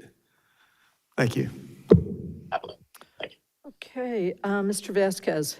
Yeah, just echoing that, when we've had our Prop 19 workshops, especially in my district, that's the number one thing that comes up. There's people that are going through probate, they're trying to expedite it, but I don't think anybody's been able to do it within a year. It usually takes 2 to 3 years before you get all that thing settled. So really appreciate your efforts on this and whatever we can do to make it happen. Appreciate it. Definitely. So I would like to go ahead and move that we support SB 288 by Senator Ciarto. And Mr. Vasquez, if I may take a second from you. Yes. And we have no comment cards in the auditorium. We haven't received any written communications. So we'll go ahead and go to our AT&T moderator. Moderator, if you could please let us know if there's anyone hoping to make a comment on item 12. If you'd like to make a comment, please press 1 followed by 0. 1 followed by 0. And no one is queued up. Okay, thank you. So we're all set to ask Mr. Keddy to please call the roll for item 12. Aye. Vice Chair Gaines? Aye. Member Vasquez? Aye. Member Schaefer? Aye. Deputy Controller Emron? Aye. Okay, that passes unanimously. Thank you, members. And we'll go on to item 13, which is also a Senator Ciarto bill. It is SB 974 regarding Proposition 19, change in ownership, generational transfers, and providing for special needs trusts. Special needs trusts have been a really developing area of the law over the last 20 years. And I think that this is a bill that provides a very necessary clarification to indicate that special needs trusts will be considered as part of the process under Proposition 19. And I'd love to hear from Senator's staff, any additional comments? Thank you, Chair Lieber. Yes, this really stems from a local instance we heard from a former mayor of Temecula about his difficulties in planning for the future of his disabled child and ensuring that he had a quality of care and sustainability even after he maybe passed and was no longer able to be there for his child. Obviously, everybody wants to ensure the highest quality of care. There's a lot of uncertainty in what that looks like. Special needs trusts is one avenue that the state uses to ensure that disabled individuals have a roof over their head, and also that home does not prohibit them from having access to medical coverage. We saw an opportunity based off of the BOE guidance to ensure that we codified and specifically named special needs trusts in the legislative statute as a reference for individuals who might be trying to plan for the future of their disabled children. So. Okay, thank you. Questions, members? Deputy Controller Emron. I appreciate this. I think this is for the board staff, probably. These S&T trusts are managed by a trustee for the benefit of a disabled individual. For purposes of the Proposition 19 exclusion claim, who is required to file, the trustee, the beneficiary, or both? Thank you again, Deputy Controller Emron. Once again, David Young, Deputy Director. So on this case, it's usually the beneficiary would need to file, but for a special needs trust, they probably have power of attorney and special guardians or people that would represent them, then they would be able to do it.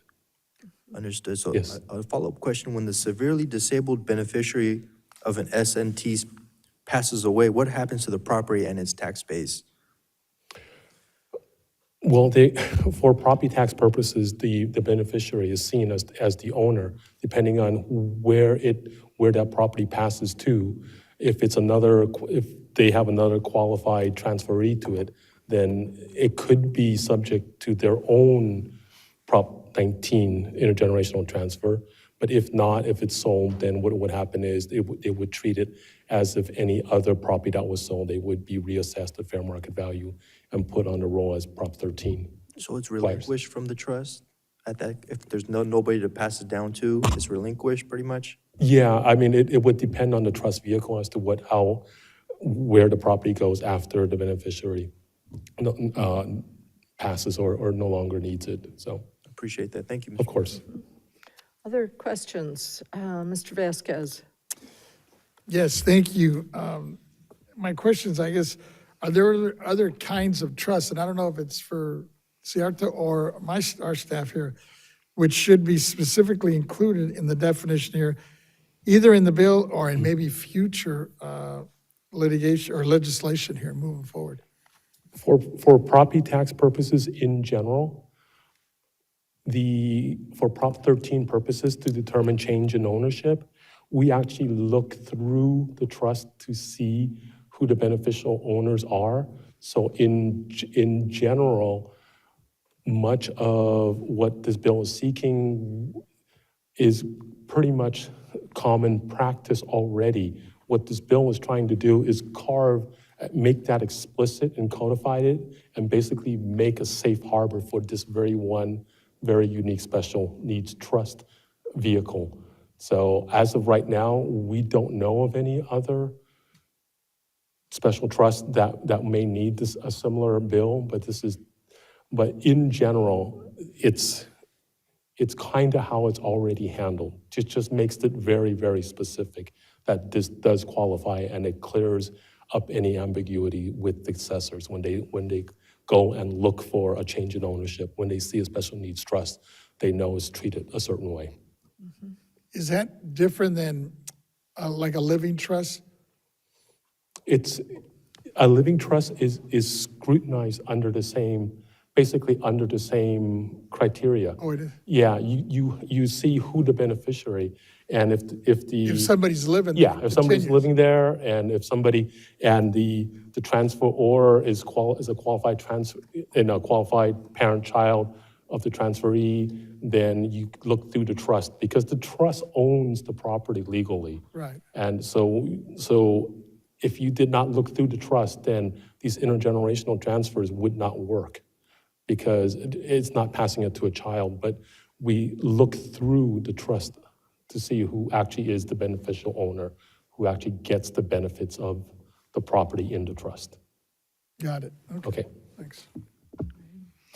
Okay, are you good? Couple comments? if I Couple of could. comments, please. Yeah, I Please. just, again, want to thank Senator Sayarto for SB 974 for bringing this forward. You know, through this process with Prop 19, we had a lot of constituents come forward, and we heard a lot of complaints. And two of those complaints had to do with probate, and then this one here with regards to special needs for a child. So I'm really encouraged that the senator is moving forward with these, and hope for success in the legislature to address these. I mean, we had people that were really in dire straits. I mean, when you think of an adult child that needs help after the parents pass away, and to have that go away through Prop 19, it's very encouraging to see this fixed. And I just hope the legislature will pass it, and the governor would sign it as we move forward. Thank you. Thank you. So I will go ahead and move the item. And may I have a second from Vice Chair? Yes. Vice Chair Gaines? Second, yeah. Seconds. Okay, and we have not received written comments. We do not have any comment cards. And so we'll go ahead and check on the AT&T moderator. Moderator, if you would please let us know if there are individuals waiting to comment on item 13. Certainly. Please press 1 followed by 0 for comments. 1 followed by 0.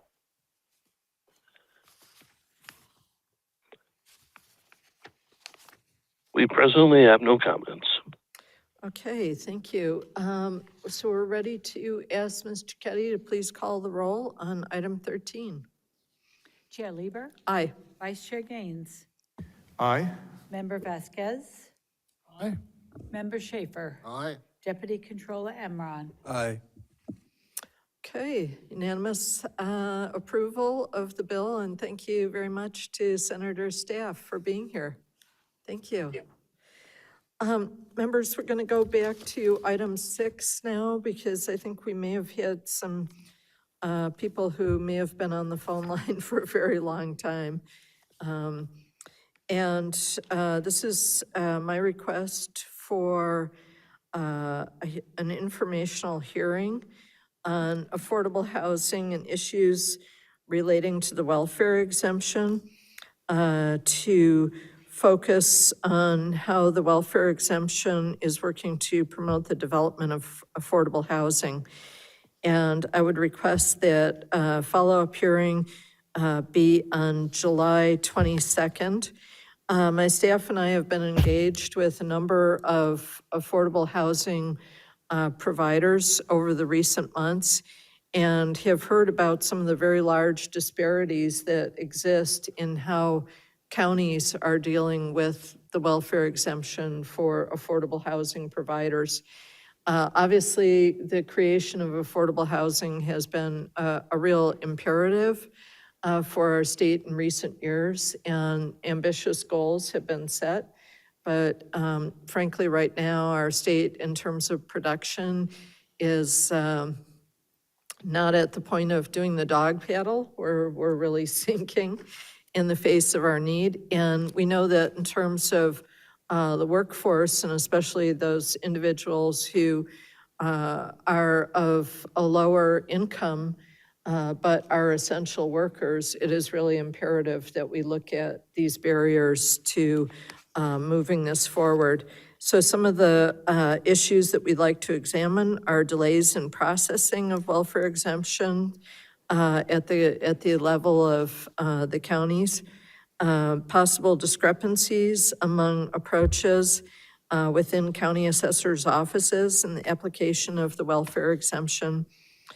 We'd like to look at the implementation of AB 2353 to withhold property tax payments without penalty for affordable housing properties.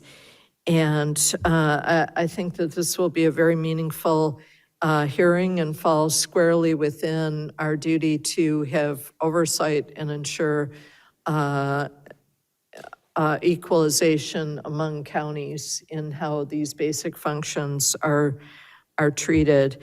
The current situation does have a very large impact when it comes to our affordable housing developers working with lenders and title companies.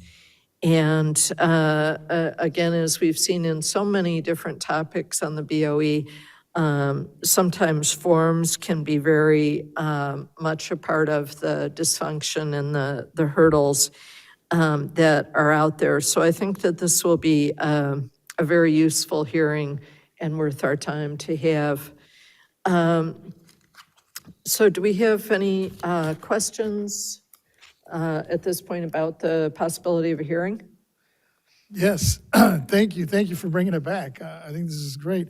You know, as I know, I'm sure most of our offices are constantly getting calls and comments and questions about how do we move this thing. One, you know, the whole process, and especially here when we're talking about the exemption, you know, that's one of the key things that we're hearing, you know, that some of these folks, they think well, because especially in the nonprofit world, they think they qualify, and only to find out they're having to jump all these hurdles. And whatever we can do, I think, to help them move it along. Appreciate it that you brought it back. Thank you. Well, I'd like to go ahead and move that we hold an informational hearing on July 22nd, 2026. And if I may have a second from Mr. Vasquez. And we do not have any written communications. Can we go to the AT&T moderator first before we do any written comments first? Because I believe since we had some issues with the AT&T moderator, Okay. people wrote in. So if they're going to speak, I think that's better. Okay. And so we'll go to our AT&T moderator for comments on item 6 on the agenda. Item 6.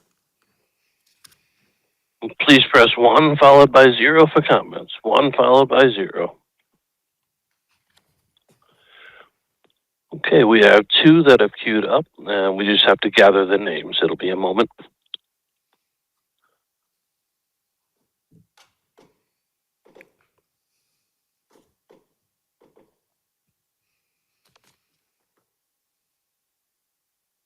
We are gathering the names for you. It'll be a moment.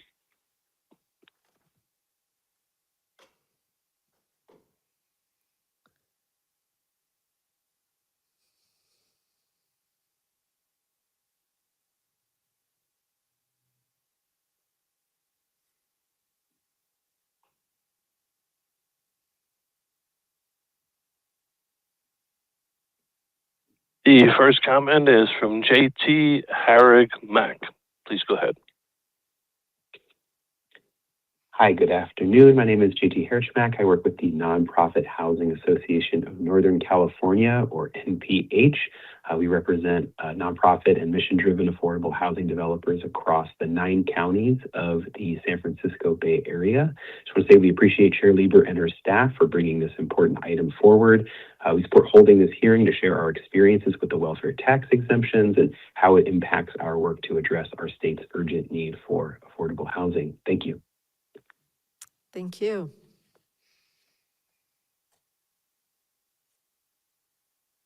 And next we go to Jen Collins. Your line is open. Hi, my name is Jen Collins, and I'm with the Oakland Community Lands Trust. We work in Oakland and Alameda County.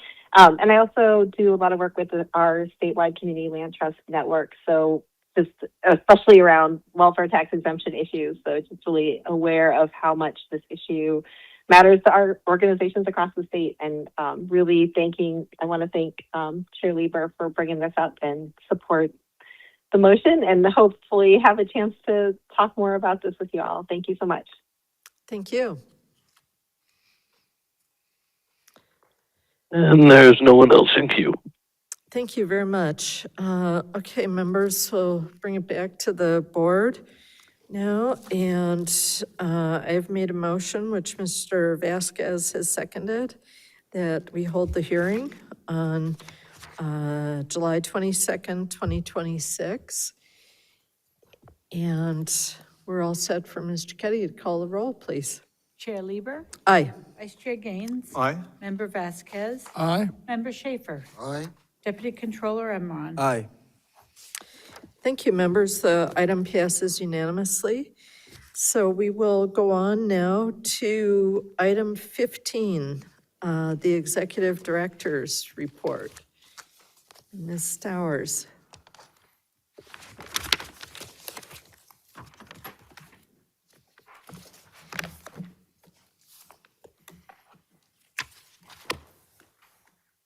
Been a while since I've been up here. Well, good afternoon, members, Chair Lieber. I'm Yvette Stowers, Executive Director. I would like to first acknowledge Memorial Day. We skipped that part.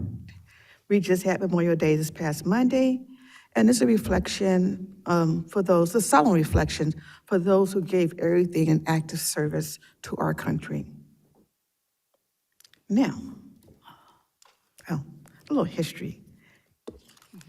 I didn't know this. It was once called Decoration Day. Thanks to John, he did a little research. So there was Decoration Day, started after the Civil War, where family decorated the graves of those who they lost. Little history there. Okay, now, so May. The governor released his May revised budget. Looks pretty good. Improvement, 16.8 billion improvement in the revenue outlook compared to January, so good. People, that 1%, they're making a lot of money. BOE was not negatively impacted. Our funding remains the same. And Ms. Renati will probably go a little bit more detail on it in that, but we were not negatively impacted. Okay, let's see.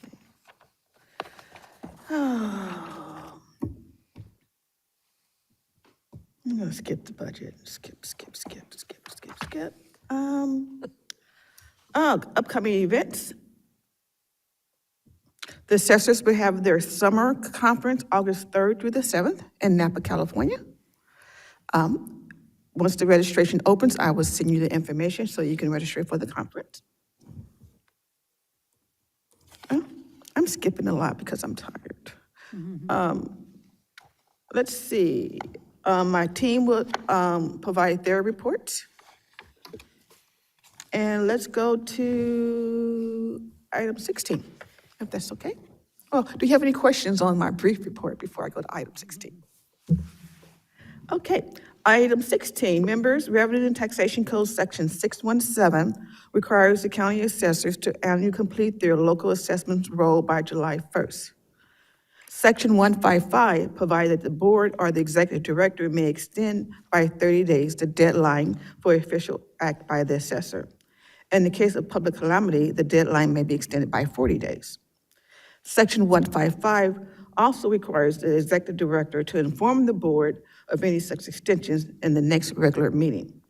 This report is to inform you that Amador, Colusa, Lassen, Mendocino, and Plumas County assessors have requested and have been granted a 30-day extension to complete their 2026 local assessment roll. That concludes my report. I'm available to answer any questions that you may have. Mr. Schaefer. Thank you, Madam Chair. We have 58 assessors. I guess 53 of them didn't have any problems with the time, and only these 5 do. Is that true? That's incorrect, sir. We do have 58 assessors, but throughout this time when they're doing their role, they will reach out, they will send a letter, and they request an extension. Just these three have requested it for May, but I've also reported to you in March, April, and January of other assessors who requested additional time. And I'm sure I will be reporting to you through June of So their 2026 assessment role is not something they would be doing in 2027. They would be doing it the middle of 2026. They do it every year. Every year they have to do the role. Just like every year we set the value for state assessees, every year they go and they do their role. So they're doing it for the 2026 year now, based on the January lien date. And then they would do it again in 2027, and 2028, 2029, and so forth. Does that cause us any operational problems here at BOE? No. All right, thank you. Okay, any other questions? Seeing none? Thank you.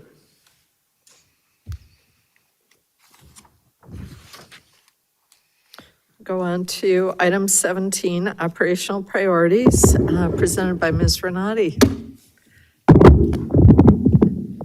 Making a lot of noise, sorry. Good afternoon, Chair Lieber and honorable members. I am Lisa Renati, Chief Deputy Director of the agency, and I'm pleased to provide you a brief update on several organizational and operational items. The first one is going to be workforce capacity. And since our last meeting, we have brought on, filled 3 positions. 2 individuals are new to the BOE, and then 1 is a promotion in place. We have also continued to evaluate our organizational capacity needs across the organization. As part of that effort, we're analyzing positions, strategically aligning resources as are most needed throughout the agency. At the same time, we are, as mentioned earlier, we are evaluating BCPs, budget change proposals, to augment our team as needed. And that will be coming forth in the next fiscal year, which is coming right up. These efforts remain focused on strengthening our workforce capacity, supporting staff development, and ensuring the organization is positioned to meet current and future business needs. The next item is, I'm pleased to share that the BOE met and significantly exceeded the state's small business and disabled veteran business enterprise participation goals for 2024-25. Got an award. I'm showing it on screen. If anyone's looking, it's our award. The statewide requirement is 25% participation for small business enterprises and 3% for disabled veteran business enterprises. The BOE achieved 54% small business participation and 5.83% DVBE participation. And we're especially proud of these results and appreciate the continued partnership we have and the collaboration we have with CDTFA, who really helped us meet these goals. And lastly, our agency-wide employment engagement survey has officially closed. We appreciate the strong staff participation and are thankful for the constructive ideas, constructive feedback, and recommendations that were shared through the confidential process, which helped us get more information once you make it confidential. We're currently reviewing and analyzing the survey results and look forward to identifying opportunities for improvement and implementing their meaningful ideas that were shared with us and support all of our employees' engagement and continued organizational effectiveness. With that, members, that concludes my report. I'm available to answer any questions you may have. Great. Mr. Vasquez. Well, thank you for that report and kudos, congratulations. Yes. I mean, it looks like you went above and beyond. Yes, almost double. Almost double, right? And I think it's so important, as we talk about small businesses in the state, people forget, they're the ones that actually employ most of the folks in the state.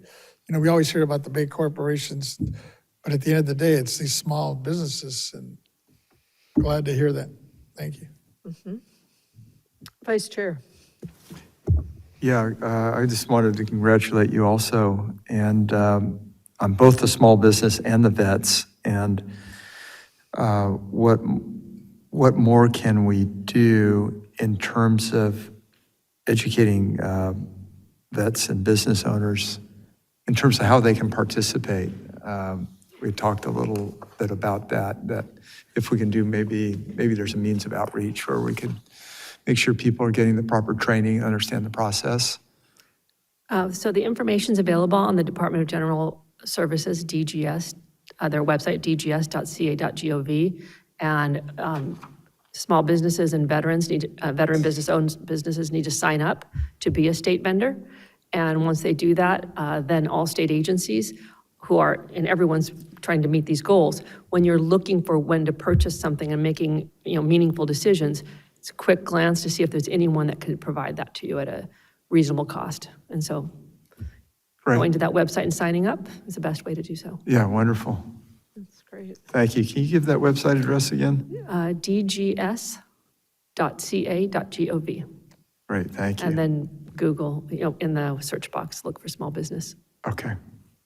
Thank you. Excellent. Thank you so much. Going to go on now to item 18, our Taxpayer Rights Advocates Office report by Ms. Thompson.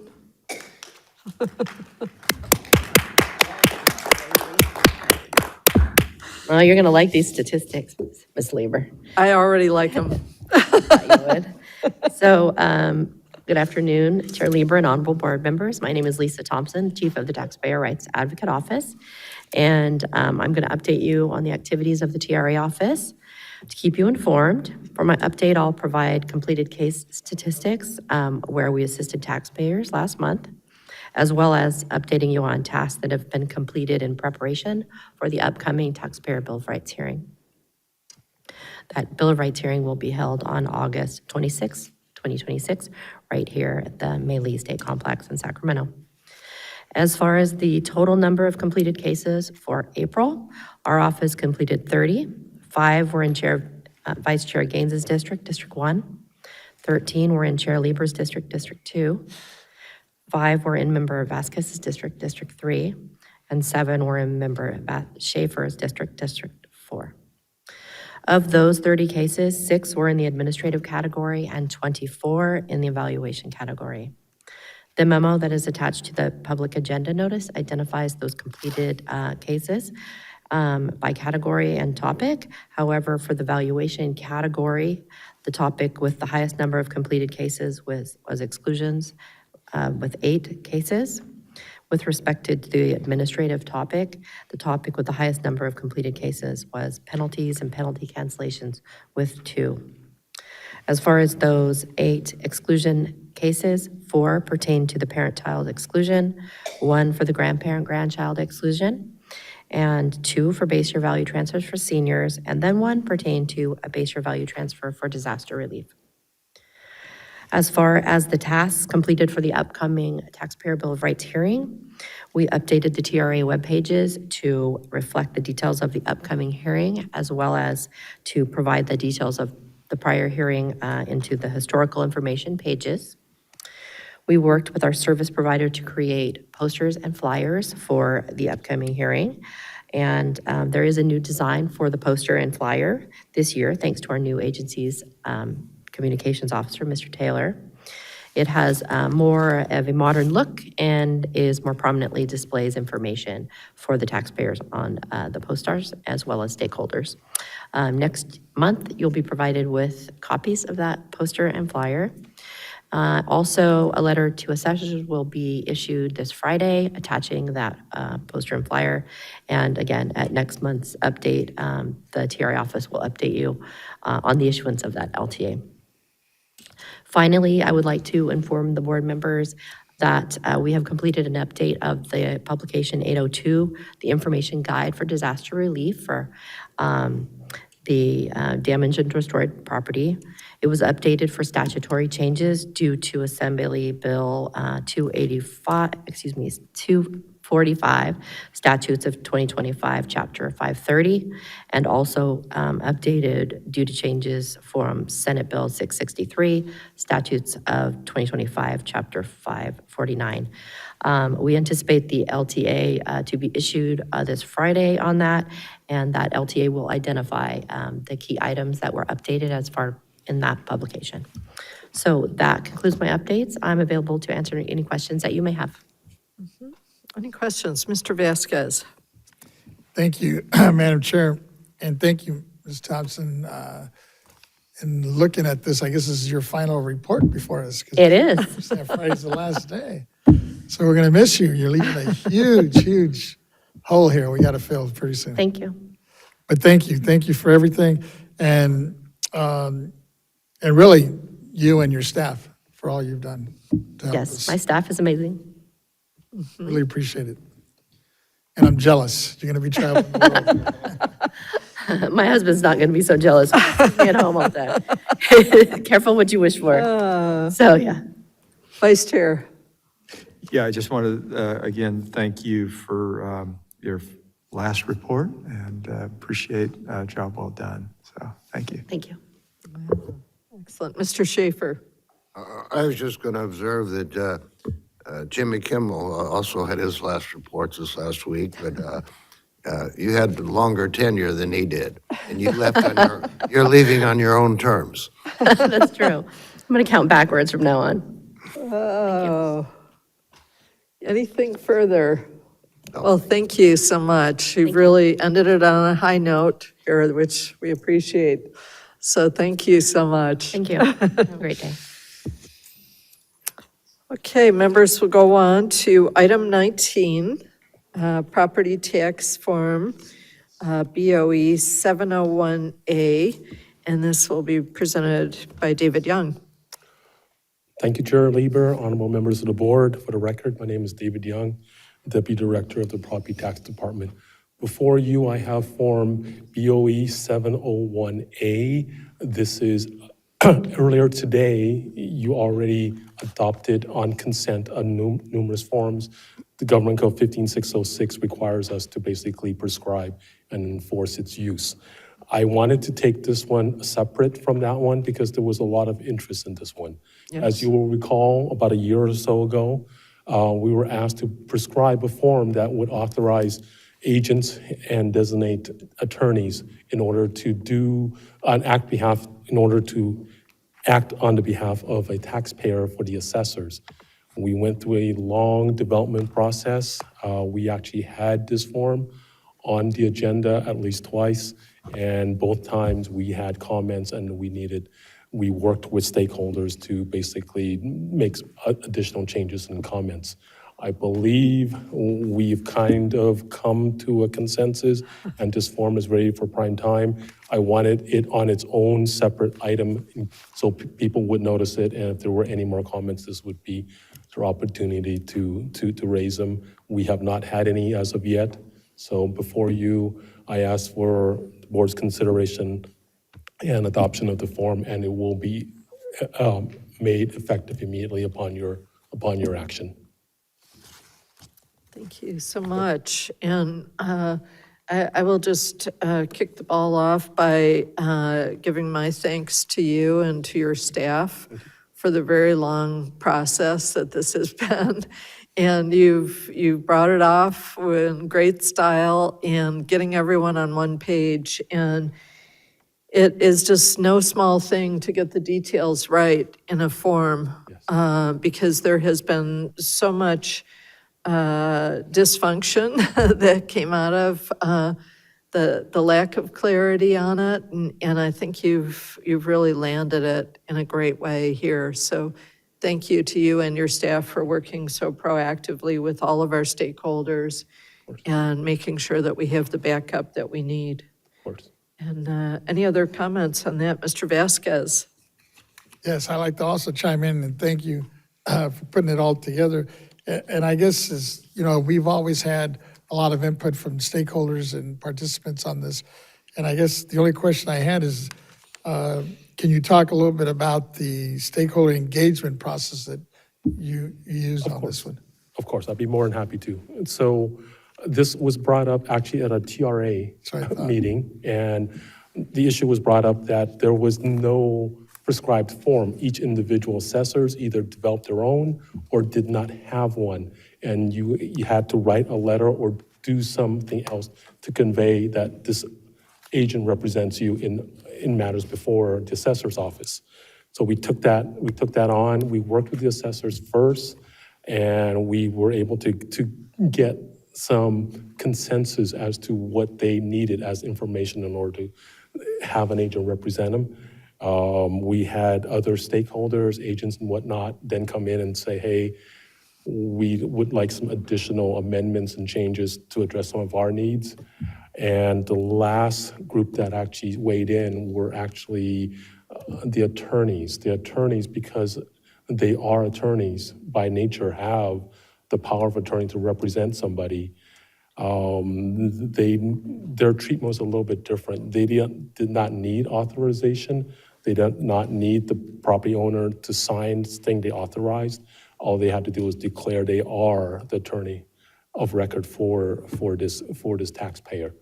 So it took a little bit of coordination and to basically run each set of amendments through to make sure everybody else was okay with it. It worked for everybody. We also have to bear in mind that every time we prescribe a form, the assessors can't use their own. They have to use our own. If it's a recommended form, they can do whatever they wish, but once it's prescribed, they have to use it. And we're very, very cognizant of the extra development costs it may actually require for them to program and to actually implement electronically. So we worked with all stakeholders. It took a little bit longer than usual. Thank you. I course. figured that was a process. Yeah. Vice Chair? Yeah, I just want to thank you for all the effort in doing this, because you're really filling a void, trying to figure out how to solve an issue with more than one party involved. Yeah. Yeah. And it also gives you the ability to revoke. Yes. So Yes. when you're done with the services, you can Absolutely. say goodbye. to plainly revoke, designate whether you want them to represent you for multiple properties, because some Sure. folks will have one set of agent representing for one set of property and somebody else for a different set. So it took a little bit of development to get it to this stage. And I have to recognize my staff for doing such a fantastic job. Great, thank you. Fantastic. Well, appreciate this so much. Mr. Schaefer? Well, I don't want to be the devil's advocate here, but I'm questioning why we need a form from either the assessors or from the board on making an appearance. I had a number of matters before the Board of Equalization in Nevada, and I would just sign on as the attorney or the designated agent, and that was it. If I was not the designated agent or not an attorney, I'd be getting in my own legal problems. And the fact that we in California, we're authorizing to include forms to be used for the application for reduction in assessment. It doesn't say including permission to appear. This is just something I think, a matter of overregulation that we have adopted. I guess it's been going on forever, and we're just revising the form. But I would think that there must be some reason that we're giving Ms. Stowers the right to approve it, and we're giving the board the right to approve it. What criterion does she have to approve it or disapprove it? Is a person signing the application in prison or certified of being illiterate? I would think this is something that 100% of these are signed, because there's really no criteria. And if 100 of them are signed, I think it's just a waste of a lot of paper. I'm not sure. Okay. So this form actually is not for application for reduction in assessment. That form has already been prescribed and it's already been in use for many years. This one is specifically for the assessors. No, but that's on this form that we have in our little booklet here that's dated May 15th of this month. You're making reference to that as if it can be expanded to include authorization from somebody to appear, authorization for somebody to be the attorney. I grew up in a world where attorneys or designated agents just come into court and say, this is me. We don't have to get somebody's permission from the bureaucracy. I just think we're spinning wheels here. People are happy to answer. Yvette Starr, Executive Director. Very good question, Mr. Schaefer. And that's one reason why it took us so long to get this form finalized. As Mr. Young said, the attorneys who actually represent taxpayers, they felt like they did not need to have this form. But the assessors wanted something, they needed something in their files to know that even an attorney is authorized to represent the taxpayer. So we came together, working with the attorneys population, the representatives, we call them agents, but they're tax representatives, and the assessors, and redesigned this form in partnership that everyone could work with. It's a really good form. It took us a year. Oh, it's a really good form, but I just say, why is it necessary? It's because the assessors need to have something in their file. They need to know that you, as an attorney, are authorized to represent the property owner. Well, when the attorney or the designated representative comes in and files an application for hearing, that's giving notice that they're authorized. Well, this I'd be is, happier this, if this, the form- this is not for a hearing. This is for when they're just to receive their records. This is to, if they're filing their forms. I think we have too many records. Okay, let me say this. Before you guys' time, before you guys became sitting board members, we had, we had people saying they were representative taxpayers. They were out filing forms, filing applications, filing claims, and then the assessors had to respond to just learn that they were not authorized. They were just drumming up business. Isn't that a public offense? I don't know. But that's why we have the authorization form, the agent authorization form, so that the property owner would say, I want John Doe to represent me for this particular matter. We know who it is. We have their name, we have their contact. Well, the assessors know because they're going to be filing it with the assessors.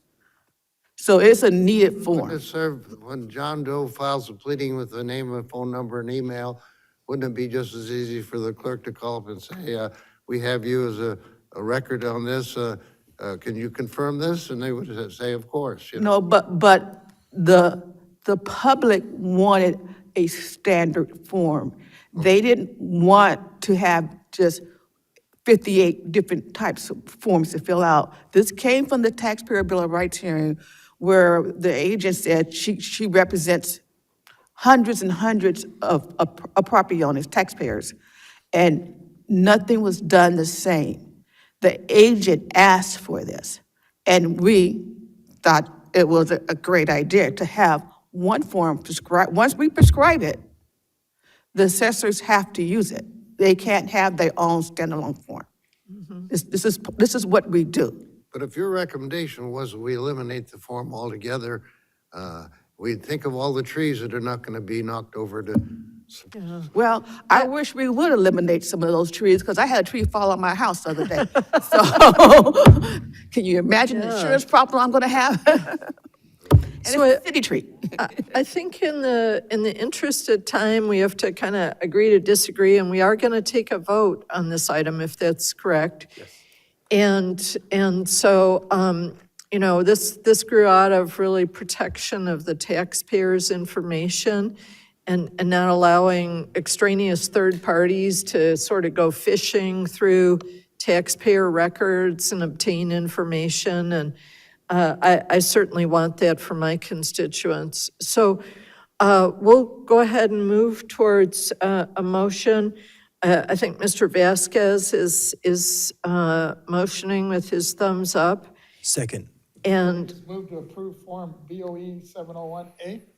yes, and seconded by Mr. Emron, and this is to approve the new property tax form BOE 701A. So we have a motion and a second, and we do not have written communications that I'm aware of or comment cards from the auditorium. But let's go out to the AT&T moderator and see if the moderator has anybody who's holding on to talk about item 19 on the agenda. LE hits, your line is open. Good afternoon, Chair Lieber and honorable board members. My name is Kelly Hitt, Legislative Director at Ryan LLC. We would like to thank the board for supporting a statewide agent authorization form. As you are aware, all 58 counties have different forms, which makes it very difficult for taxpayers. Having one statewide form will reduce the burden for the counties and provide uniformity for taxpayers. And we understand what a difficult process this has been. So thank you also so much to staff. You guys have been great to work with. Thank you. Great. I think that's it. And for additional comments, please press 1 and then 0.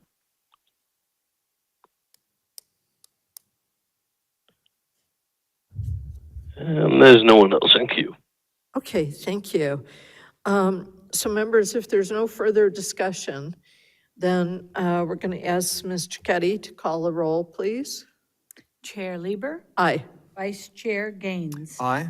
Member Vasquez? Aye. Member Schaefer? No. Deputy Controller Emron? Aye. Okay, members, the item passes, and huge thanks to Mr. Young and your staff who've all worked on this. I think it solves a real public policy need that's out there and does it in a great way where it shuts it down and gets everybody on the same page so we can all protect our information and know that there aren't, shadowy folks trolling through our property records. So thank you so much for that. Thank you. And Mr. Young is going to stay up here because he also has item 20, the Property Tax Deputy Director's Report. Thank you again. For this month, I have my 3 usual reports. The first 2 are letters to assessors and a report on our appraiser training and certification by Ms. Carolyn Stevens. That will be followed by a report on our state assessed properties division. Mr. McCool will give you an update as to what's going on in his division there. So if you're ready, I will have Ms. Stevens go ahead and We are ready. Thank you, Ms. Steeman. Good afternoon, Chair Lieber and honorable board members. I am Carolyn Steeman, Principal Appraiser with the County Assessed Properties Division. Today, I will provide a brief report on letters to assessors. Attached to this month's agenda is a memo on letters to assessors, which provides a list of the LTAs issued since the report at the last board meeting and a link to the BOE's website where a list of all LTAs issued to date can be found. As of the date of the attached memo, the agency has issued a total of 17 LTAs for calendar year 2026 and 1 since the report at the board meeting last month. That LTA is as follows.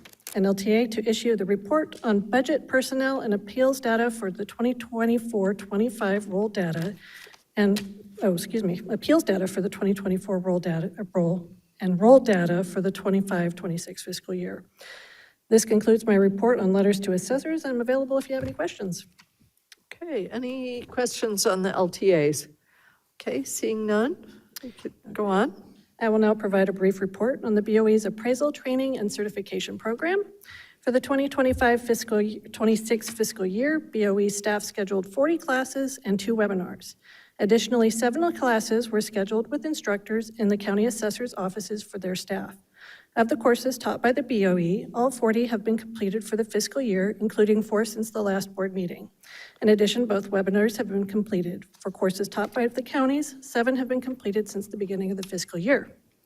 We continue to offer our existing online basic training courses through American River College and California State University, Sacramento, as well as additional online courses and self-study training sessions available on the BOE's website.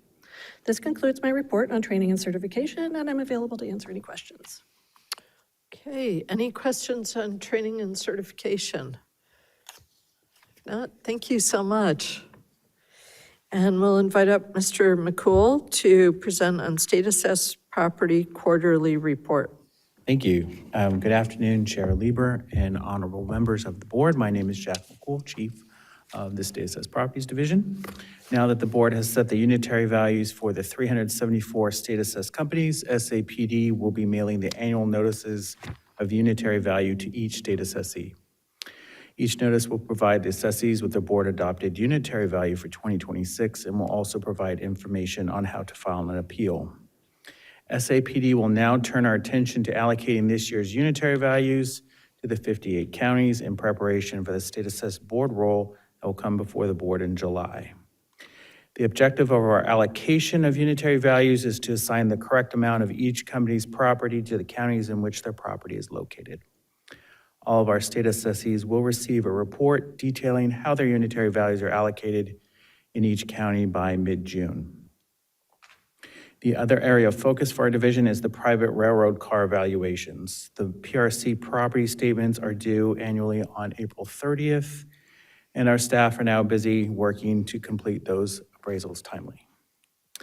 Similar to our state assessed appraisals, the PRC appraisals will go through a series of reviews prior to coming before the board in July for adoption of the private railroad car roll.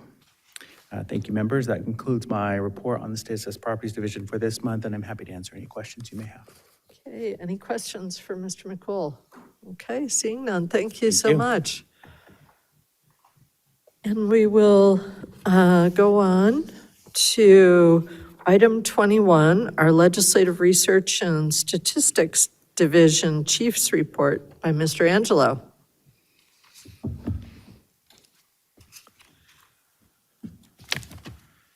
I guess I should say good evening, Chair Lieber and members. Thank But you. I will, I know I always say this, but I will keep it short. Because we've heard many of the issues today in pretty solid detail. So I don't want to belabor the point. What I would just touch on is, once again, we're at the House of Origin deadline. And that term frightens people because all it means is you got to get the bills out of their first house. And that's why they're all stuck in the chambers right now in the Assembly and in the Senate. And I think they're going to finish up tomorrow, even though I think they have till Friday. So that's where they are right now. They're working through the bills that we talked about today. A few that we didn't discuss is our sponsored bill, which is on consent, SB 1437, to extend the pipeline rights-of-way in section 401.10 of the Revenue and Taxation Code. So I'll keep you posted on the progress on that. The other two bills that are dealing with sunset extensions, one of them we talked about today, which is the open space exemption. That's moving forward, and you're supporting it. And there's another one for community land trusts that'll be coming up. I informed you about that a couple of weeks ago. I think it is AB 327, I believe it is. No, AB 672. Which is the community land trust that'll be up in Rev and Tax. There's also a bill that we didn't talk about today dealing with authorizing electronic filing of claims for welfare exemptions. All of these have been on my list that I send to you every Friday, but I just wanted to mention it today since we focused on all the other bills that we were having you take positions on. That's AB 2089 Ward. And that bill is moving over to the Senate and will be going to Rev and Tax. Also, I'm not going to go over all the bills that were held on suspense because I've already informed you of those. So if you have any questions on any bills that I didn't mention today, I have my chart with me here and I can go into it because I don't want to, it's been a long day for everybody. I will say that there was an oversight hearing in the legislature regarding on May 13th, in case any of you are interested in it, was dealing with utilities and energy for oversight of the wildfire situation that the utilities, investor-owned and public utilities are doing. And there's a study report. I'm not going to go into great detail. I just wanted to let you know about it because it's so impactful for what we do. Again, it was Wednesday, May 13th, and it was a joint, I believe, oversight hearing on wildfire issues and pathways for policy solutions and study reports coming out of that, dealing with rate hikes, and Edison, and everything. But I just wanted to note to take a look at that. And I believe that's all I really need to mention today. We've covered all the other bills that you were taking positions on. Let me just check one thing. So I'll continue to keep you updated on the amendments that are coming into the bills that were discussed today and others, and getting our revenue estimates out to you as soon as we possibly can. And with that, I'll answer any questions you might have. Great questions. Mr. Vasquez. Yes, thank you, Madam Chair. Thank you for the presentation. And just wanted to thank you and your staff for tracking a lot of these bills that we heard today. And I know you got several others that you're following real close. And I guess along those lines, and you kind of touched on it, the sunset bills. There's a couple, I guess one's coming up in 27 and the other one possibly in 28. Right. Is there any other ones that we should be aware of? Just those three. Just those three? Just the one that we're sponsoring, the Right. CLT bill and the open space land bill are the only ones that I'm aware of. And of the bills that we're tracking, we heard from several of them that are in suspense. And I guess there's several others that are still in the mix, but we won't know probably until this week if they move forward. Right. So I guess at some point we'll get an email or you'll just let us know. Yes. Appreciate it. And on the disabled veterans and the veterans bills, the bills that we're going to combine, I didn't mention that either, but the bills that we're going to combine that we supported, there was a constitutional amendment that was pending to combine the homeowners and the veterans exemptions. That bill was held on suspense. So that solution, but we still have the other two that we discussed today, which was the income related for disability, not counting towards your income, household income, and the new provision for either 100% or 50% that was it Mr. Gonzalez was carrying that he shared with us today. And of those bills that are moving forward, what's the timeline or do we need to weigh in on terms of letters of support? You know, what's going to happen there? Well, we're going to get, per your vote today on all the bills that you're supporting, they will get out and to the committees where the bills will be heard, conveying the board's support of those, of that legislation. The bills that are held on suspense that you support, you didn't take a vote on, we're not going to submit anything on those, but those authors know that you are supportive of their policy concepts. Appreciate it. Yeah, definitely. And a quick question for you. I know that I should know which bill the CLT sunset bill is, but do you happen to have a bill number for that? It is, it's the first one I mentioned, AB 672 Caloza, Okay. and it's the welfare exemption for community land trusts. Oh, okay. So we are aware of that one. Mr. Schaefer.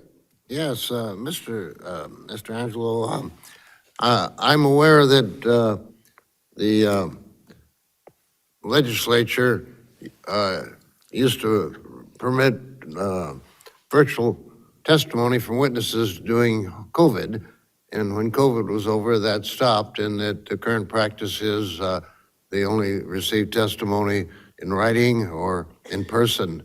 Can you confirm that's the case? That is by the Rules Committee of each house, the Assembly and the Senate, so they can determine how they're going to have testimony received. They don't have a statute governing how it can be done like we do with Bagley-Keene or the Brown Act for locals. So that is, but you are correct in how that's how they're going about their business now. Yes, well, thank you. And there's 80 people in the Assembly and 40 in the Senate. When the legislature's in session, are there 120 bodies over there, or is there 10% stay home? Can they appear remotely in Sacramento?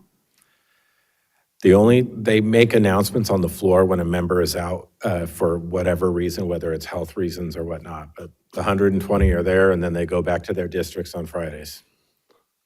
Oh, and if they are out for health reasons, they're accounted for, but they're not there.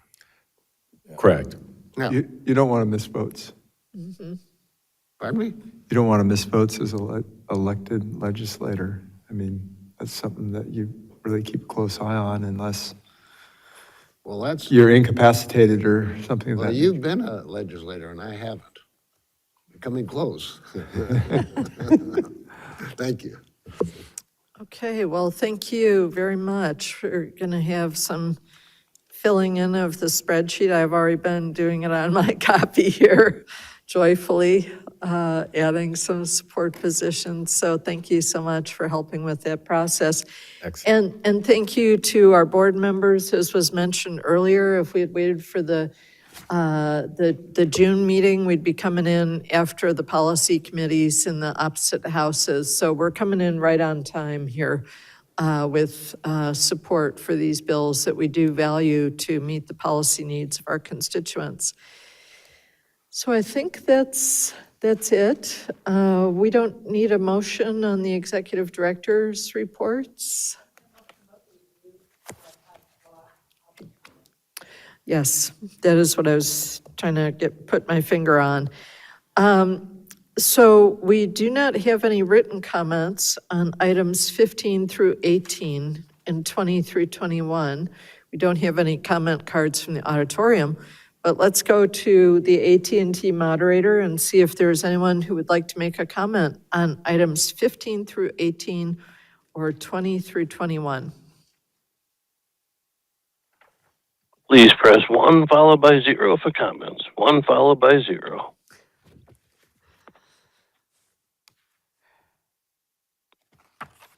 And we have no comments. Okay, thank you.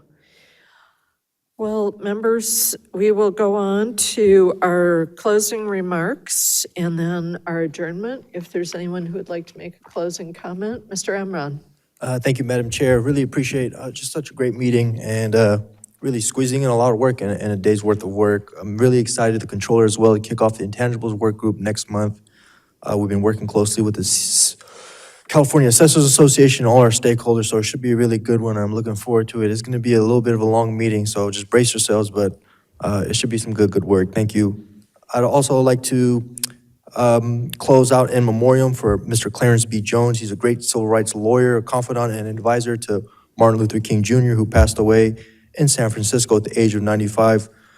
Dr. Jones stood in the center of history as he smuggled the notes from Dr. King's cell, which became the letters of the Birmingham jail, and drafted the original copy of the I Have the Dream speech. After Dr. King's assassination in 1968, Dr. Jones turned to academia, teaching students at the University of San Francisco and performing humanitarian work.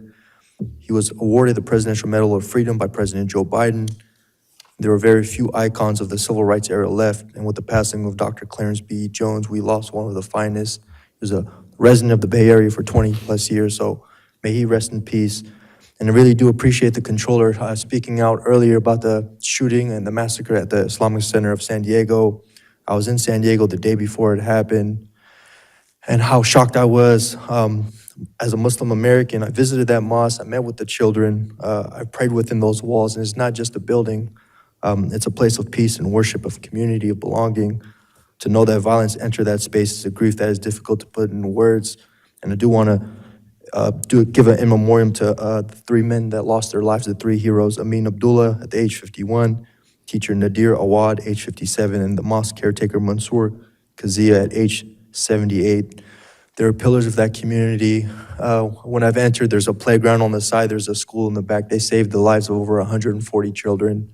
And it's just a really sad day because today is a very holy holiday, but there seems to be a dark cloud over it. But I know in life and as a community, if we lock arms, stand shoulder to shoulder, we can always beat back hate in all of its forms. All evil will never conquer us in this beautiful world, because we have a shared humanity to take care of each other and to love each other, to uplift one another. That is human rights. That is the beauty of America and California. So really just want to take that moment, Madam Chair, and thank you all for a great meeting, and may all those men rest in peace. Thank you. Thank you very much for those meaningful comments, Mr. Emron, and for bringing forward the name of Dr. Clarence Jones. Thank you. Mr. Vasquez. Thank you, Madam Chair. And I'd like to adjourn this meeting in memory of 4 individuals from my district. First, I'd like to remember Frankie Doherty, a super bantamweight boxing legend who won 45 wins in 54 bouts and attained 33 knockouts, 2 world title shots, and wins over some of the best boxers in his era. Duarte died in Santa Monica of a brain tumor on May 25th at the age of 71. Duarte was born in Santa Monica and discovered boxing through me and television. His father encouraged him to learn boxing to keep him out of troubles. So he spent 3 years learning the sport at a gym run by the Los Angeles Teamsters Club in downtown Los Angeles. A trainer proclaimed him as a natural, and he attained the Golden Gloves and Diamond Belt amateur titles. He went on to win 16 professional fights after promising start severe drug and alcohol addictions derailed his career, but he mounted a miraculously comeback in 1986, capturing the North American Boxing Federation bantamweight title and earning a World Boxing Association title shot. He was inducted into the West Coast Boxing Hall of Fame in 2017. Frankie is survived by his wife, his 2 children, and grandchildren who live in the home that he was pretty much raised in Greenwood. He was actually my neighbor for many, many years as a kid. And then I want to also acknowledge 2 individuals that actually reached the age of 101 years old. One of them celebrated his 100th birthday just last year, and I had the opportunity to visit him. Actually, was a family member, Artemio Cervantes. He was a well-known landscaper gardener in the West LA, Venice area for many, many, many years. And the other one is Maria Reyes Miller, a school teacher that taught in many districts but ended her career in Beverly Hills Unified. I met her back in the 80s when I was teaching, and she was very active with the AME Association, which was the Association of Mexican American Educators back in the 80s. And she, even after she retired, she was very involved in working with the youngsters and providing scholarships for these youngsters, and she'll be sorely missed. And I just wanted to also add, if I could, Mr. Rodney Wright from my district as well. If we could adjourn in their honors, I'd appreciate it. Yes. Thank you for bringing those names forward and for reminding us of those notable Californians. We appreciate it. Vice Chair. If I could just recognize a national figure, Robert Woodson, who was born in 1937, passed away recently in 2026, and raised by a single mother after his father died after his birth. Woodson dropped out of high school and joined the Air Force. He earned his high school GED as an airman and went on to get degrees at Cheney University and the University of Pennsylvania. He became a civil rights movement activist during the 1960s, working for a variety of groups such as the NCAA and the National Urban League. But from his earliest years, he emphasized the work at the community level, especially in fighting crime and giving the poor the tools to help themselves. And so I heard him speak and read a little bit about him over the years, and just wanted to recognize him and his contribution. So thank you. Thank you, Vice Chair. Mr. Schaefer. Thank you, Madam Chair. My colleagues here and I represent 58 counties, and some of the counties, in fact, maybe all of them, have a sheriff who puts out an annual report. I know we do down in San Diego. I just heard about it, and I contacted them by, I think, an email and asked them to send me one, and they did. And it's very interesting. It goes over the sheriffs of the last 100 years. Many of them I knew as I was growing up, and it's all a history document. And down in San Diego, our sheriff's office is always under attack for having people that die in the prison because they're not given their medicines and things like that. They don't talk about that here, of course, but it's an annual report, and I'd recommend that to everybody. I also want to mention that you mention people that are old. I had a May sandwich this morning across the street, you know, and we lost her at what, 102, 103. And she was a good friend of all of us. And I was so proud to have us embrace her and, you know, help her get her well-earned glory. I have breakfast at least once a week with a man 103 at St. Paul's Banner where I live, and he has fantastic stories to tell me. He talks about having made a loan to Bob Hope when he was manager of Bank of America over in Palm Springs. He said, I didn't deal with Bob personally, but I dealt with his people, but he kept a few million in the bank account, so we had no problem lending him 10 million. And he talked about Red Skelton used to park his Rolls Royce on the bank property whenever he'd go to Los Angeles, and the bank manager didn't particularly like that because of risk problems, so he designated my friend when he's at that bank to get rid of the car. He said, well, I happen to be friends with Mrs., and so I got together with the wife to get him to take the car off the lot. So I have a lot of experiences, and I was so glad to see you mention the boxers. You know, my official photograph that I use in billboards and everywhere else is me with my client and good buddy Archie Moore and Muhammad Ali, who came down to San Diego in a tuxedo for a nice dinner for the three of us. And if you haven't seen the picture of the three of us, you haven't missed much, but I carry it on my cell phone, and I will share it with you. And finally, I want to mention that most of my time here, I've been concerned about the law allows anybody to attend anonymously any public meeting. It doesn't say anything about speaking. And I've taken the view that the judges require you to speak up and identify yourself. You can't be anonymous in a courtroom unless you're being stalked for some reason. But we let people talk anonymously, and I don't like that idea, but it's a vague idea, and the Attorney General sort of thinks we ought to be more transparent. But I've changed my tune. There's a whole new issue. The legislature did not allow anybody to speak virtually, and I think that sets the law and sets the tone for California. And I'm going to have a matter coming up where I'm going to ask us that we mainly come into compliance with the state legislature on that issue, that we not have anybody appearing. There won't be any AT&T operator, and maybe the only exception would be if another elected official wants to call into us. But when the legislature decides that you can require appearances to be personal or in writing, that's legal. And I think that a lot more people want to talk to the legislature than want to talk to us. You know, today we had 12 or 15 inquiries to AT&T. We had trouble getting hold of them. They may cost us some money. And, you know, there was one or two people today, but that was rare. I think that's the first one or two people we've had this year, other than Palmer Luckey calling up to berate me for thinking he was putting on a party for the president, and he wasn't. He's putting on a party for Trump. This is, you know, before Trump too.